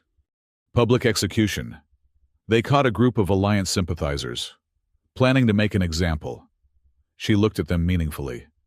"The execution is in 3 days. The vault is hidden in the same system. You could try for one or the other, but probably not both." Jonas felt the sword pulse with possibility. A choice: save lives or secure power. Immediate good or long-term strategy. It was exactly the kind of decision that defined what humanity really was. "We'll do both," he said. And even he was surprised by the certainty in his voice. "That's impossible," Marcus said. "I'm getting really tired of that word." Jonas stood, the sword's light casting strange shadows in the multi-dimensional bar. Anyone here who's tired of the kingdom's tyranny, tired of the founder's tests, tired of being told what's possible and what's not, you're welcome to join us. We're going to save those prisoners, find that vault, and prove that humanity doesn't need anyone's permission to exist. The bar erupted. Some cheered, some laughed. Some immediately left to presumably sell this information to the highest bidder. But a few, more than Jonas had expected, stood up. "Count me in," said a woman with cybernetic arms that looked like they could punch through a hull.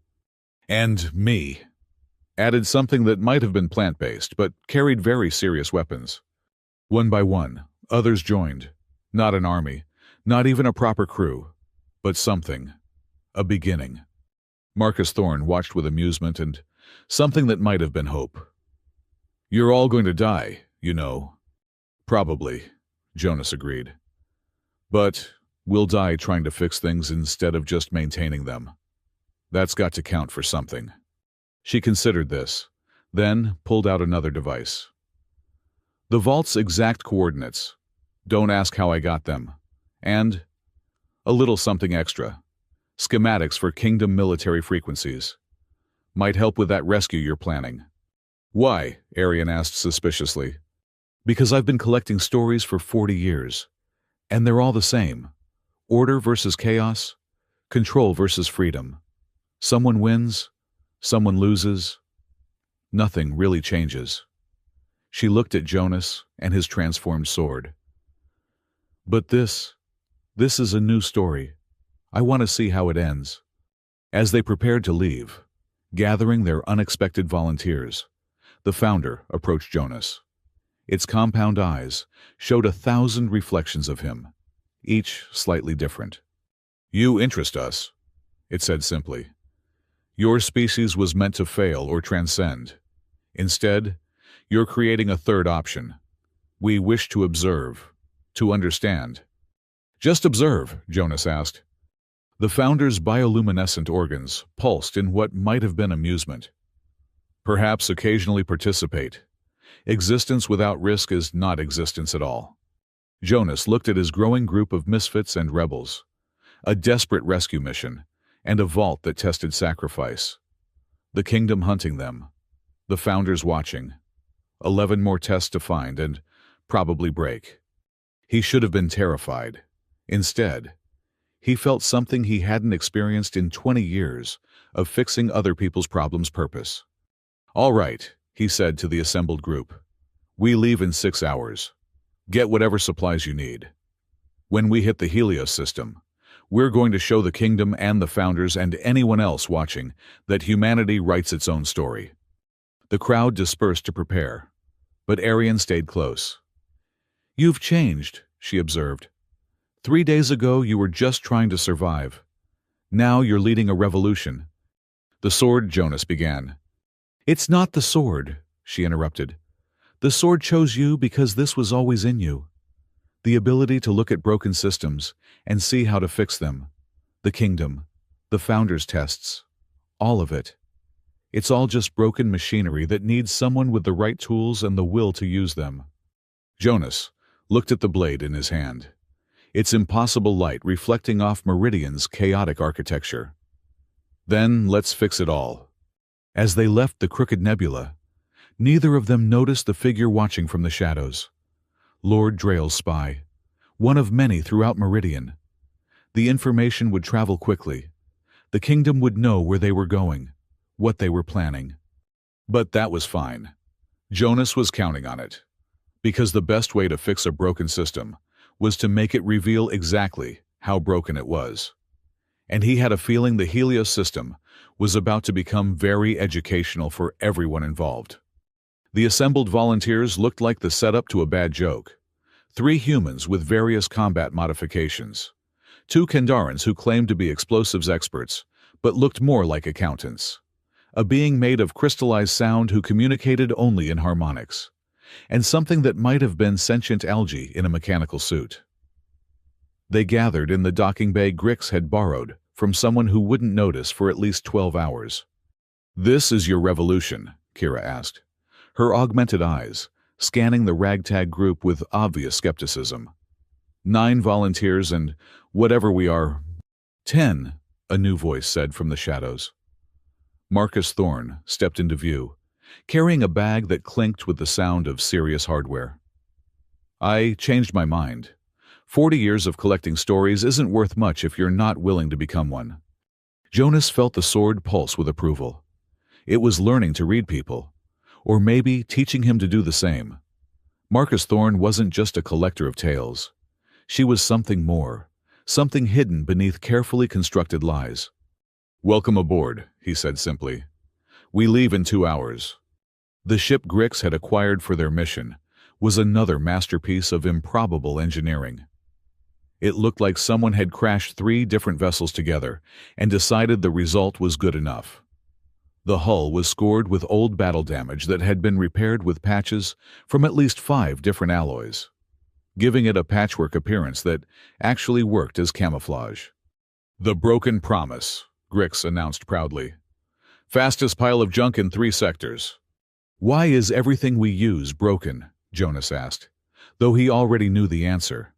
Broken things could become more than their original design. The sword had taught him that. They loaded supplies with the efficiency of people who knew they were probably flying to their deaths. Weapons, medical supplies. Enough food for 3 weeks, though Jonas doubted they'd need that long. Either they'd succeed quickly or fail permanently. The Founder helped in its own way, its multiple arms carrying things that would have required machinery for anyone else. It had been quiet since Meridian, observing everything with those compound eyes that saw reality from angles humans couldn't imagine. "You're planning something," Arian said, appearing beside Jonas as he supervised the loading. "Something you haven't told the others." "The spy," Jonas said quietly. "The one watching us in the bar. They'll report to Drail. Tell him exactly where we're going." "And you want that?" "I need that. The test of sacrifice requires a choice. Save the prisoners or secure the vault. But what if the real test is whether we're willing to sacrifice our advantage?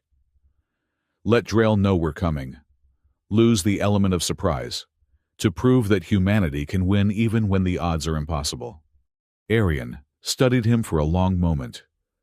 "The sword is changing you faster than it changed my father. Or maybe I'm changing it." Jonas held up the blade, watching its transformed light play across the cargo bay. It was designed to enforce the Founder's test. Now it's something else, a tool for breaking cycles instead of perpetuating them. 2 hours later, they were in space, the Broken Promise living up to its name by somehow exceeding its theoretical maximum velocity. Jonas stood on the bridge, surrounded by his unlikely crew, plotting a course that would take them through 3 hostile systems to reach Helios. "We'll need to stop at Threshold Station for fuel," Grix announced, all 4 hands working controls simultaneously. "It's technically neutral, but the Kingdom has informants there." "Good," Jonas said. "Let them see us. Let them report back. I want Drail to know we're coming." "That's insane," one of the volunteers, a scarred woman named Rivera, protested. "We're outnumbered 1,000 to 1. Numbers don't matter if you change the rules of the game." Jonas pulled up a holographic display of the Helios system. "The execution is happening here, on the orbital platform above Helios Prime. The vault is here, hidden in the debris field of the system's outer planet. They're on opposite sides of the system. So we'd need to be in 2 places at once, the crystalline being harmonized. Or," Jonas said, "we make them come to us." He outlined his plan, and the room fell silent. It was audacious, borderline suicidal, and absolutely insane. It was also possibly brilliant. "You want to broadcast the location of the vault," Kira summarized, her augmentations already calculating probabilities. "Tell everyone, Kingdom and Alliance sympathizers alike, where to find a Founder test site. Turn it into a race," Jonas confirmed. "The Kingdom can't ignore it. They'll have to split their forces, some to guard the execution, others to secure the vault. And in that chaos, we save the prisoners and break another test." The casualty projections are catastrophic, Marcus Thorne noted, though she was smiling. You're talking about starting a battle that could kill thousands, or prevent a war that would kill millions. Jonas turned to address the group. The kingdom rules through fear and control. The founders test through impossible choices. But what if we refuse their framework entirely? What if we create our own scenario, where winning means everyone survives? The founder made a sound like wind chimes in a hurricane. You propose to break causality itself, to make sacrifice unnecessary by refusing its premise. I propose to fix a broken system by showing everyone how broken it really is. They reached Threshold Station 12 hours later. It was a massive trading hub, supposedly neutral in the ongoing conflicts between the kingdom and various rebel factions. In reality, everyone knew it was riddled with spies from every faction imaginable. Jonas made sure they were seen. He walked through the station's main promenade, with the sword openly displayed, its transformed light, drawing stares and whispers. By the time they'd refueled and resupplied, half the station was talking about the maintenance worker with Salen's blade. In a crowded marketplace, he stopped and addressed anyone who would listen. In 36 hours, the kingdom will execute 15 Alliance sympathizers in the Helios system. At the same time, the location of a founder vault will be revealed to anyone brave enough to seek it. The old powers want you to choose between justice and power. I say we take both. The crowd's reaction was mixed. Some laughed. Some fled to presumably report this to their handlers. But others listened with the hungry expression of those who had been waiting for something to believe in. You're making us targets, Rivera observed as they returned to the ship. We were already targets. Now we're symbols. Jonas could feel the sword's approval, its energy harmonizing with his intent. Symbols are harder to kill than people. As the Broken Promise departed Threshold Station, Grix's scanners picked up multiple ships changing course to follow them. Not attacking. Not yet. But watching. Waiting to see if the crazy maintenance worker's promise was real. 20 hours out from Helios, they received an encrypted transmission. Jonas recognized the encryption pattern. It was Alliance military, though technically the Alliance hadn't existed since the war ended. The message was simple. Coordinates confirmed. 12 ships standing by. For Ceylon. Alliance remnants, Arian breathed. There are still loyalists out there. Of course there are, Kira said. You can't kill an idea by executing its leaders. Father knew that. It's why he hid the vaults instead of using them. More messages came in over the next hours. Independent fighters, mercenary groups, even some corporate vessels that had no love for the kingdom's stranglehold on trade. By the time they reached the outer edge of the Helios system, their single ship had become the spearhead of an impromptu fleet of 43 vessels. This is impossible, Marcus Thorne laughed. You've started a battle without firing a shot. The battle was always coming, Jonas corrected. I just changed its terms. The kingdom forces in Helios detected them immediately. Lord Drail's voice came over all frequencies, calm and controlled despite the situation. Jonas Vale, you've exceeded my expectations. 43 ships to challenge the kingdom's authority. I have 400. You have 400 ships, Jonas agreed. But how many causes your soldiers fight because they're ordered to? Mine fight because they choose to.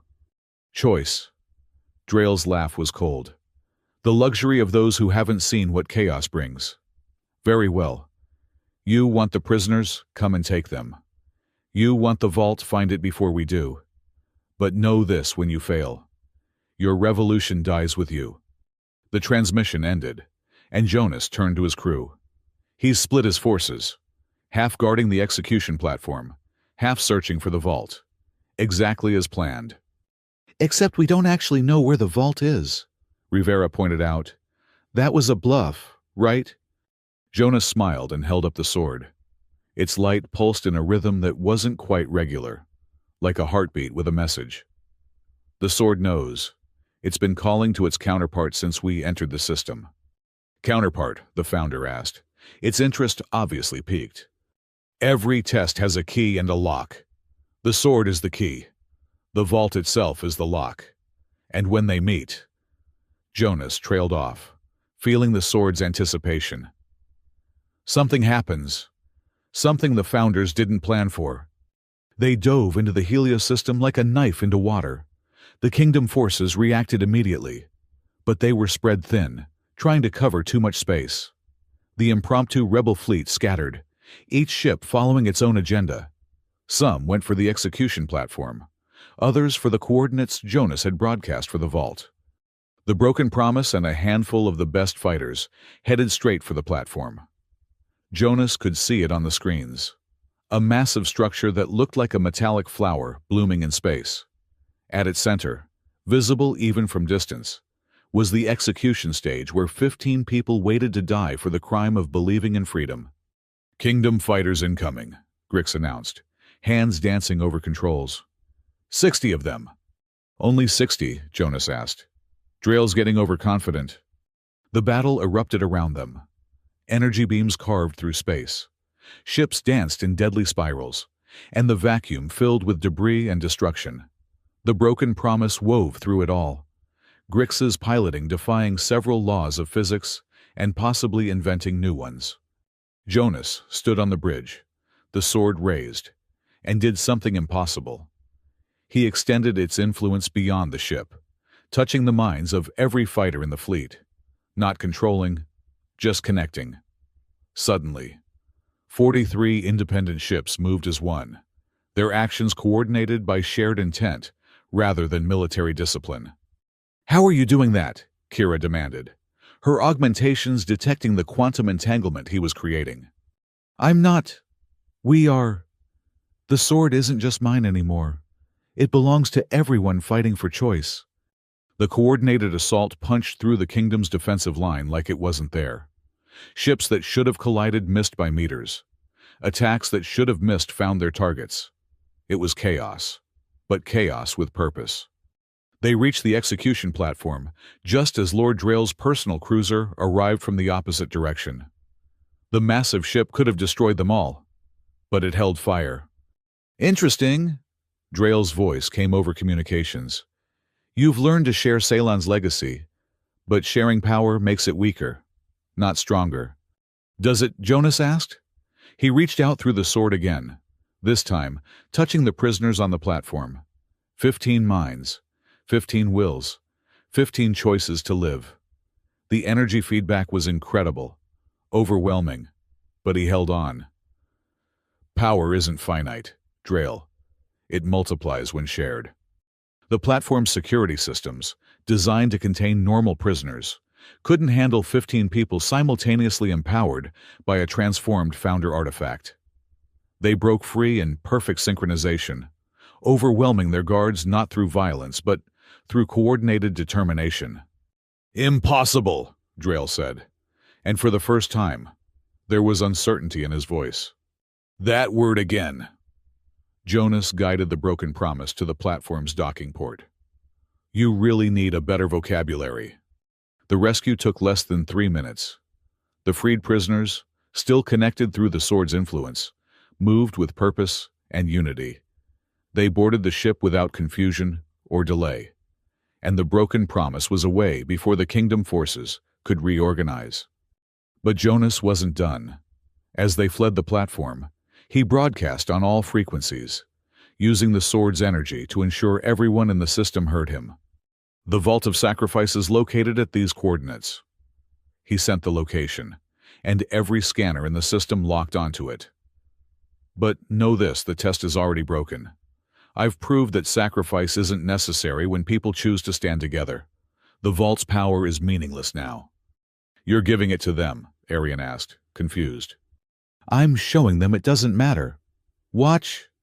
The Kingdom forces and the rebel ships all converged on the Vault's location, a frozen moon at the system's edge. They arrived to find something unprecedented. The Vault was already open, its test completed before anyone had entered. The founder on their ship sang a single, perfect note. "You use the collective will of the rescue to trigger the test remotely. The sacrifice was the advantage. The element of surprise, the safety of secrecy.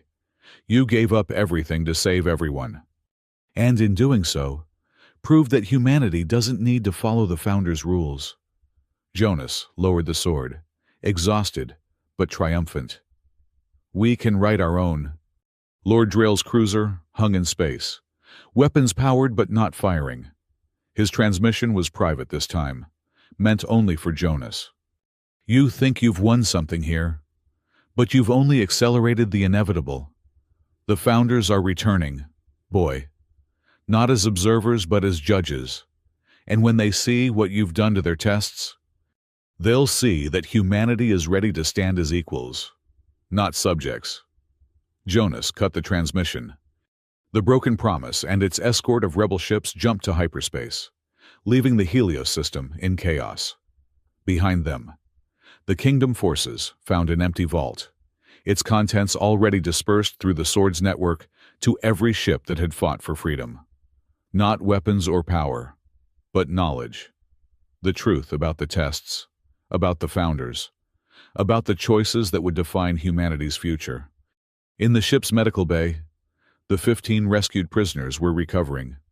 One of them, an elderly man with eyes that had seen too much, approached Jonas. You're him, the maintenance worker who inherited Salen's burden. I'm trying to fix things, Jonas said simply. No, the man smiled. You're teaching us all to fix things. There's a difference. As they traveled through hyperspace toward their next destination, Jonas felt the sword changing again. It was no longer just his, or even Salen's. It was becoming something new, a focal point for humanity's collective will to choose its own path. 2 vaults down, 10 to go, and with each test broken, humanity grew stronger, not through power, but through unity, not through sacrifice, but through sharing. The revolution had begun, and it looked nothing like anyone had expected. The coordinates led them to a place that shouldn't exist. After 3 days of hyperspace travel, the Broken Promise and its growing fleet of allies emerged at the edge of known space, where stars became sparse and the darkness between them seemed alive with possibility. There's nothing here, Rivera said, checking the scanners for the 5th time. Just empty space and cosmic background radiation. Look closer, Jonas said, holding the transformed sword up to the viewport. Its light revealed what normal sensors couldn't detect: a massive structure hidden in folded space, existing half a dimension away from normal reality. The assembly point, where all 12 vaults were meant to converge when the tests were complete. The Founder on their bridge sang in harmonics that made everyone's teeth ache. This was not meant to be found until all tests were finished. How does the Blade know of it? Because Salen knew, Arian said, understanding dawning in her silver eyes. Father didn't just find the vaults randomly. He discovered the assembly point first and worked backwards. Kira's augmentations were processing data at dangerous speeds, her eyes flickering with calculations. If this is the convergence point, then the other vaults are all accessible from here, Jonas finished. We don't need to hunt them down one by one. We can break them all at once. Marcus Thorne whistled low. That's either brilliant or catastrophic. Possibly both. The fleet that had followed them from Helios had grown during their journey. Word of the broken tests had spread through quantum communications, encrypted messages, and old-fashioned rumor. Ships arrived from systems Jonas had never heard of, carrying humans and aliens united by a single purpose: the right to choose their own destiny. They numbered over 200 vessels now, a ragtag armada of converted freighters, stolen military ships, and personal crafts held together by determination and creative welding. Against the kingdom's thousands, it was nothing. Against the concept of inevitable fate, it was everything. Incoming transmission, Grix announced, scales shifting to a worried purple. It's on a frequency that doesn't exist. The view screen filled with an image that hurt to perceive correctly. It was Lord Drail, but not as they'd ever seen him. He stood in what looked like the bridge of a ship, but the architecture was wrong, too organic, too alive. Behind him, visible through a crystalline viewport, was the assembly point, but from a different angle, as if he was already inside it. "Hello, Jonas," Drayle said, and his voice carried harmonics that weren't human. "I see you've found the heart of the maze. Salen found it too, years ago. Do you know what he did when he understood what it truly was?" "He tried to hide it," Jonas said, though uncertainty crept into his voice. "He tried to destroy it." Drayle smiled, and for a moment, his features shifted, showing something else underneath, something with too many angles. "But you can't destroy something that exists outside normal space-time. So he did the next best thing. He scattered the vaults, hoping to delay the inevitable, hoping humanity would have time to evolve naturally before the choice was forced upon us." "You knew," Arian breathed.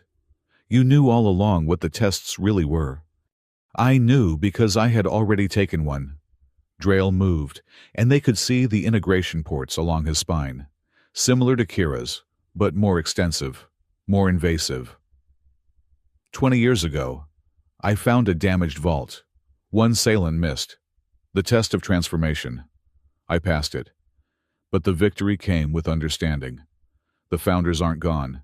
They're waiting, watching through eyes like mine. The truth hit Jonas like a physical blow. The sword in his hand pulsed with recognition and revulsion. "You're not human anymore. I'm more than human. Less than founder. Something in between." Drayle's image flickered, showing his true form for a moment, a hybrid of flesh and light, human will and alien purpose. "The tests aren't about judging humanity. They're about selecting candidates for merger. The founders need us as much as we need their technology. They've transcended too far, lost the ability to interact with physical reality. They need anchors, bridges." "Slaves," Jonas corrected. "Partners," Drayle countered. "I've seen what's coming. Jonas. Species from dimensions we can't imagine. Threats that make our wars look like children's games. Humanity alone can't survive. But humanity merged with founder consciousness. We become eternal." The fleet around them was listening, every ship receiving the transmission. Jonas could feel the doubt spreading, the fear. What if Drayle was right? What if transformation was the only path to survival? "Show them," Jonas said suddenly. "If you're so certain this is the right path, show everyone what you really are. Not the filtered version. The truth." Drayle hesitated for the first time since Jonas had known of him. Then his image shifted, revealing his complete transformation. He was beautiful and terrible. Human features stretched across a framework of living light. His consciousness existed in multiple dimensions simultaneously, experiencing past and future as a single moment. He was powerful beyond measure. He was also alone. "You can't touch anyone," Jonas realized. "You can't connect with humans anymore because you're not one. You can't even properly communicate with the founders because you're not fully transformed. You're stuck between worlds. A necessary sacrifice for humanity's survival." "No," Kira said suddenly, stepping forward. "It's not necessary. I've been analyzing the integration process since you revealed yourself. The founders' transformation isn't evolution. It's parasitism. They don't merge with us. They overwrite us. Use our physical forms as anchors while erasing our consciousness." "You're wrong," Drayle said, but uncertainty flickered in his multi-dimensional eyes. "Am I? When was the last time you felt anything truly human? Love, fear, hope." Kira's augmentations were interfacing directly with the ship's sensors, pulling data from Drayle's transmission. "You're not Lord Drayle anymore. You're a founder wearing his memories like a costume." The thing that had been, Drayle screamed. A sound that existed in frequencies humans couldn't hear but could feel in their bones. The image distorted. And suddenly, The assembly point began to unfold in real space, its hidden dimensions becoming visible. It was massive, larger than any structure Jonas had ever seen. 12 spires arranged in a perfect circle, each one corresponding to a vault, all connected by bridges of crystallized spacetime. At the center was something that defied description, a sphere of pure possibility, containing every potential future for humanity. "If you won't accept transformation willingly," Drail said, his voice now entirely alien, "then the choice will be made for you." The assembly point activated. Energy beams lanced out, catching every ship in the fleet. Jonas felt the sword blaze with warning as the transformation process began, founder consciousness trying to force its way into human minds. But the sword had been changed. It was no longer just a tool of the tests, but a symbol of choice itself. Jonas raised it, and its light expanded, creating a barrier between the fleet and the assembly point's influence. "Everyone who chooses to remain human, to remain free, focus on that choice." Jonas broadcast. "The sword can protect us, but only if we all choose together." The response was immediate. 200 ships, thousands of minds, all unified in a single moment of absolute rejection of forced evolution. The sword channeled their collective will, turning it into a shield that even founder technology couldn't penetrate. But Jonas knew defense wasn't enough. They needed to break the assembly point, end the test permanently, and he knew exactly how to do it. "Grix, can you get us inside that structure?" "That's suicide," Left Mouth said. "That's Tuesday," Right Mouth corrected. "Plotting course now." The Broken Promise dove toward the assembly point, the rest of the fleet providing cover. Kingdom ships were emerging from hyperspace, summoned by Drail, but they seemed confused, their crews fighting off the transformation process. As they approached the central sphere, Jonas saw something that made him laugh despite everything. "It's a lock. The whole assembly point is just a massive lock." "And you have the key," Arian said, understanding. "Not just me. Us." Jonas turned to the assembled crew. "The sword chose me, but I chose all of you. And together, we're going to pick this lock and break it permanently." They crashed into the assembly point's docking bay, if a space that existed in 7 dimensions could be called that. The interior was even stranger than the exterior. Corridors that led backwards in time, rooms that were bigger on the outside, gravity that flowed like water. At the center, they found Drail, or what remained of him. The transformation had consumed almost everything human about him. He was a pillar of light and thought, barely maintaining physical form. "You don't understand," he said, his voice coming from everywhere and nowhere. "Without the merger, humanity dies. I've seen the futures. All of them end in extinction." "You've seen the futures the Founders showed you," Jonas countered. "But they can't see what doesn't fit their pattern. They can't see chaos. They can't see choice." He raised the sword, and it connected with every person in the fleet, every human who had chosen freedom over safety, chaos over order. Their combined will flowed through the blade, not as power, but as possibility. "Want to know a secret?" Jonas said to the thing that had been Drail. "The sword isn't Saylan's greatest creation. It's not even a weapon. It's a key. Yes, but not to the vaults. It's a key to human potential. Every person who's ever touched it, been influenced by it, carries a piece of that potential. And right now, all of them are choosing to reject your future." The sword struck the central sphere, and reality cracked. Not broke, cracked. Like ice under spring sun, showing what lay beneath. Jonas saw it all in that moment, the Founders' true nature. Not transcendent beings, but a species that had fled physical reality out of fear.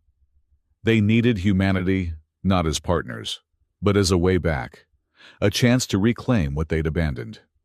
But he also saw something else.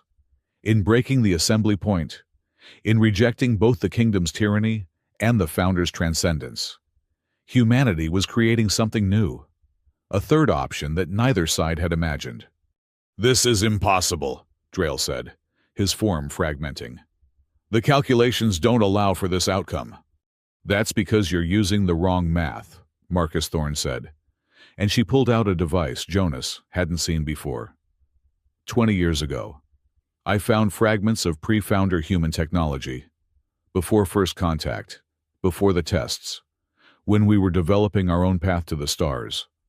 We were never meant to transcend or die. We were meant to remain gloriously, chaotically human, while expanding into the universe. She activated the device, and it resonated with the sword. The crack in reality widened, showing not destruction, but transformation. The assembly point began to change, its purpose inverting. Instead of forcing evolution, it became a beacon of choice. Every human in the fleet, in the kingdom's forces, across all of human space, suddenly felt it. The weight of artificial fate lifting, the freedom to choose their own path without founder influence or kingdom oppression. Some chose to embrace cybernetic enhancement like Kira. Others chose pure humanity. Some even chose limited merger with founder tech, but on their own terms. The sword had broken not just the tests, but the binary choice itself. Drail's form collapsed, the founder consciousness fleeing back to whatever dimension it had come from. What remained was a human man, aged and broken, finally free from the alien will that had controlled him for 20 years. "Kill me," he whispered to Arian, "for what I did to your father, for what I became." "No," she said, and there was sadness, but not hatred in her voice. "You were a victim too, the first human to fall to their influence, but not the last to be freed." Jonas felt the sword changing one final time. It was dissolving, its purpose complete. The energy it had contained, the potential it had unlocked, was spreading to every human it had touched. They didn't need the blade anymore. They had become their own keys. As the assembly point transformed into something new, a gathering place for all species to meet, as equals rather than a testing ground. Jonas saw movement in the cosmic void, ships appearing that matched no known design. The founders were returning, just as Drail had warned. But they weren't coming as conquerors or judges. The breaking of their tests had changed them too, forced them to confront what they'd become. They were coming to talk, to negotiate, to maybe learn what they'd lost in their transcendence. "So what now?" Rivera asked, watching the alien fleet approach peacefully. "The revolution's won. The tests are broken. What does a maintenance worker do when there's nothing left to fix?" Jonas looked at the dissolved sword's last gift knowledge of the other species facing similar tests throughout the galaxy. "We teach others what we learned. That evolution isn't about becoming something else. It's about becoming more yourself. And that choice, real choice, is the most powerful force in the universe."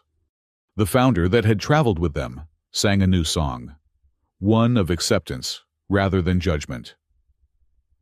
"Your species has passed a test we didn't intend. You've shown that transcendence and physicality need not be opposites, that chaos and order can coexist. We're humans," Jonas said simply. "We specialize in impossible things." 1 year later, Jonas stood in the transformed assembly point, now called the Choice Station. It had become a hub for dozens of species, all learning from humanity's example. The founders had returned to physical form, accepting mortality again in exchange for the ability to feel, to choose, to grow. Arian stood beside him, no longer driven by revenge, but by purpose. They'd traveled to 7 more species facing similar tests, helping them break free from false binaries. Kira had become an ambassador between enhanced and baseline humans, proving that augmentation didn't mean losing humanity. Grix had somehow turned the entire experience into the most profitable venture in their species' history, while also accidentally starting 3 philosophical revolutions. "Any regrets?" Arian asked, her hand finding his. Jonas thought about his old life, fixing broken systems on a forgotten station, never knowing he'd end up fixing the broken system of fate itself. Only one. What's that? I never did get that shoulder surgery. That sword was really heavy. She laughed. And in that sound was everything they'd fought for the right, to find humor in darkness, love in chaos, hope in impossibility. Lord Drail, recovering slowly from his decades of alien influence, approached them.